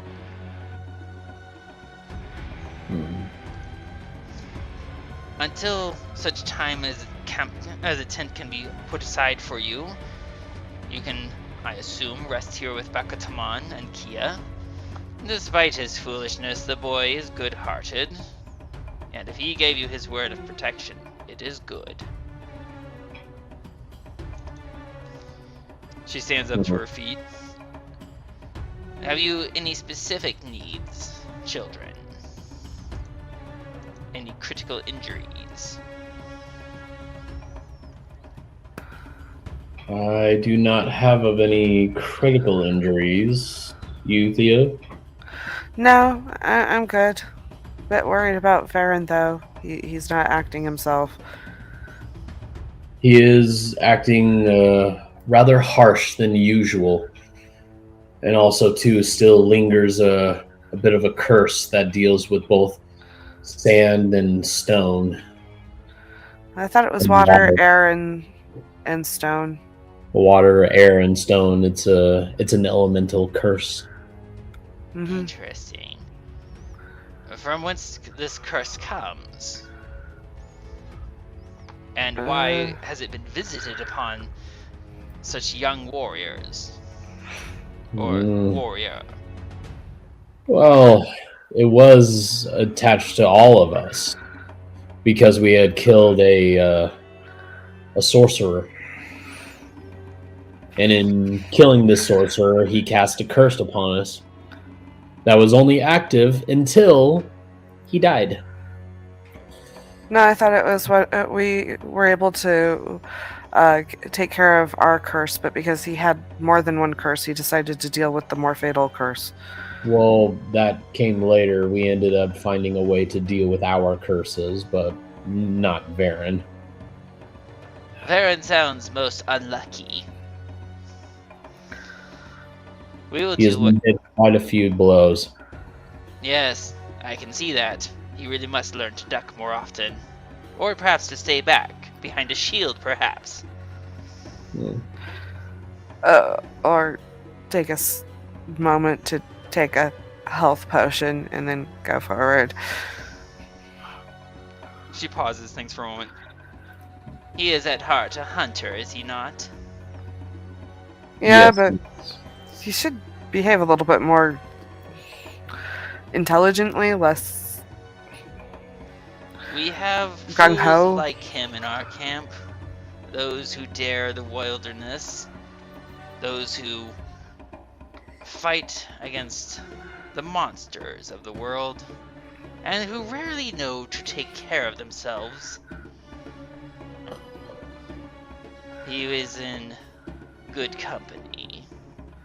This little hunter of yours. Okay, so she's going to stand up after those words. It is about noonish in this, following all the adventures that we've had.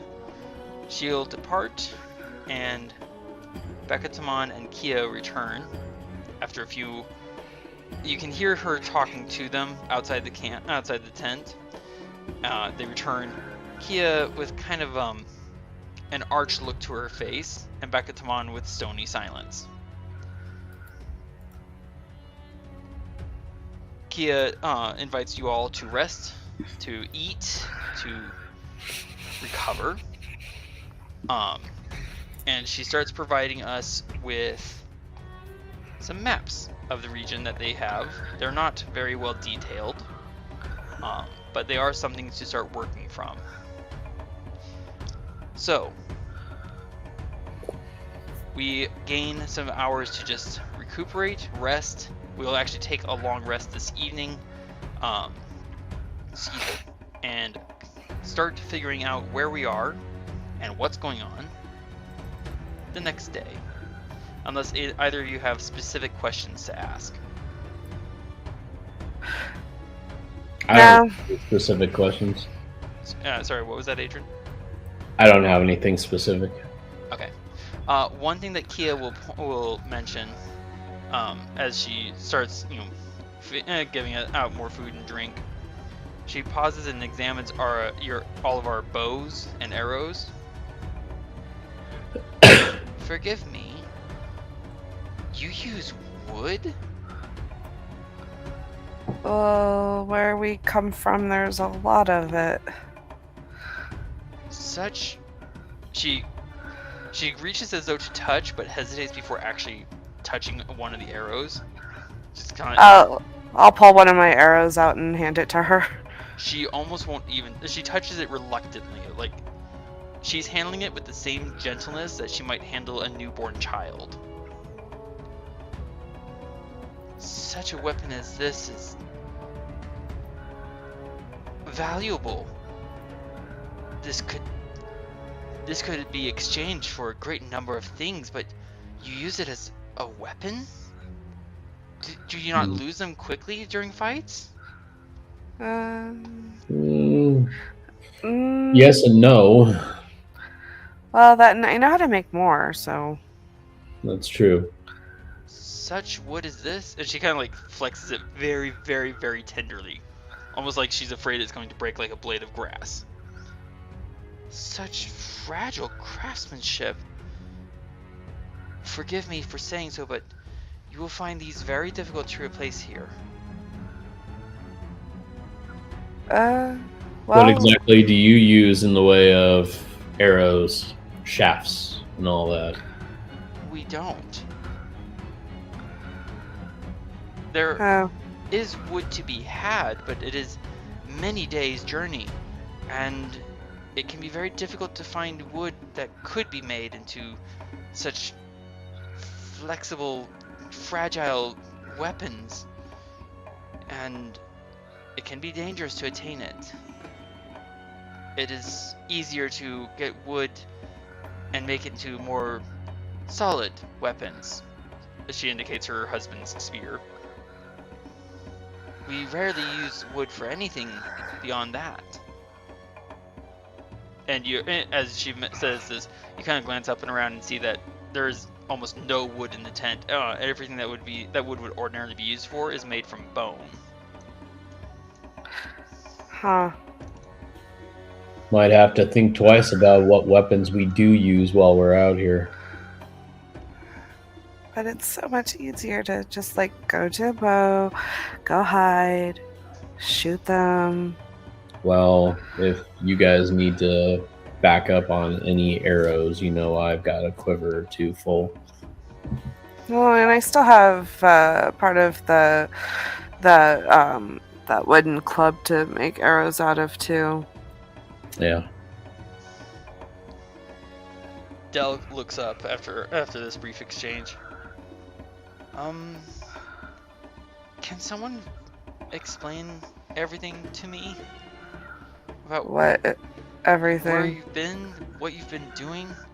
Basically, he'll be asking for an explanation, which you guys can go into outside of gameplay. At the moment, to kind of like circumvent some time next week, where we are currently is unknown. But Adran, Priestess Gorga, eventually during the evening, makes mention that if any of in our group are casters, she would be willing to provide us with a recipe for special inks to write spell scrolls, if we care to make our own. Yeah. There is the consideration that using arrows is probably not the best of ideas. Probably not. Usable, but obviously a very, very limited resource.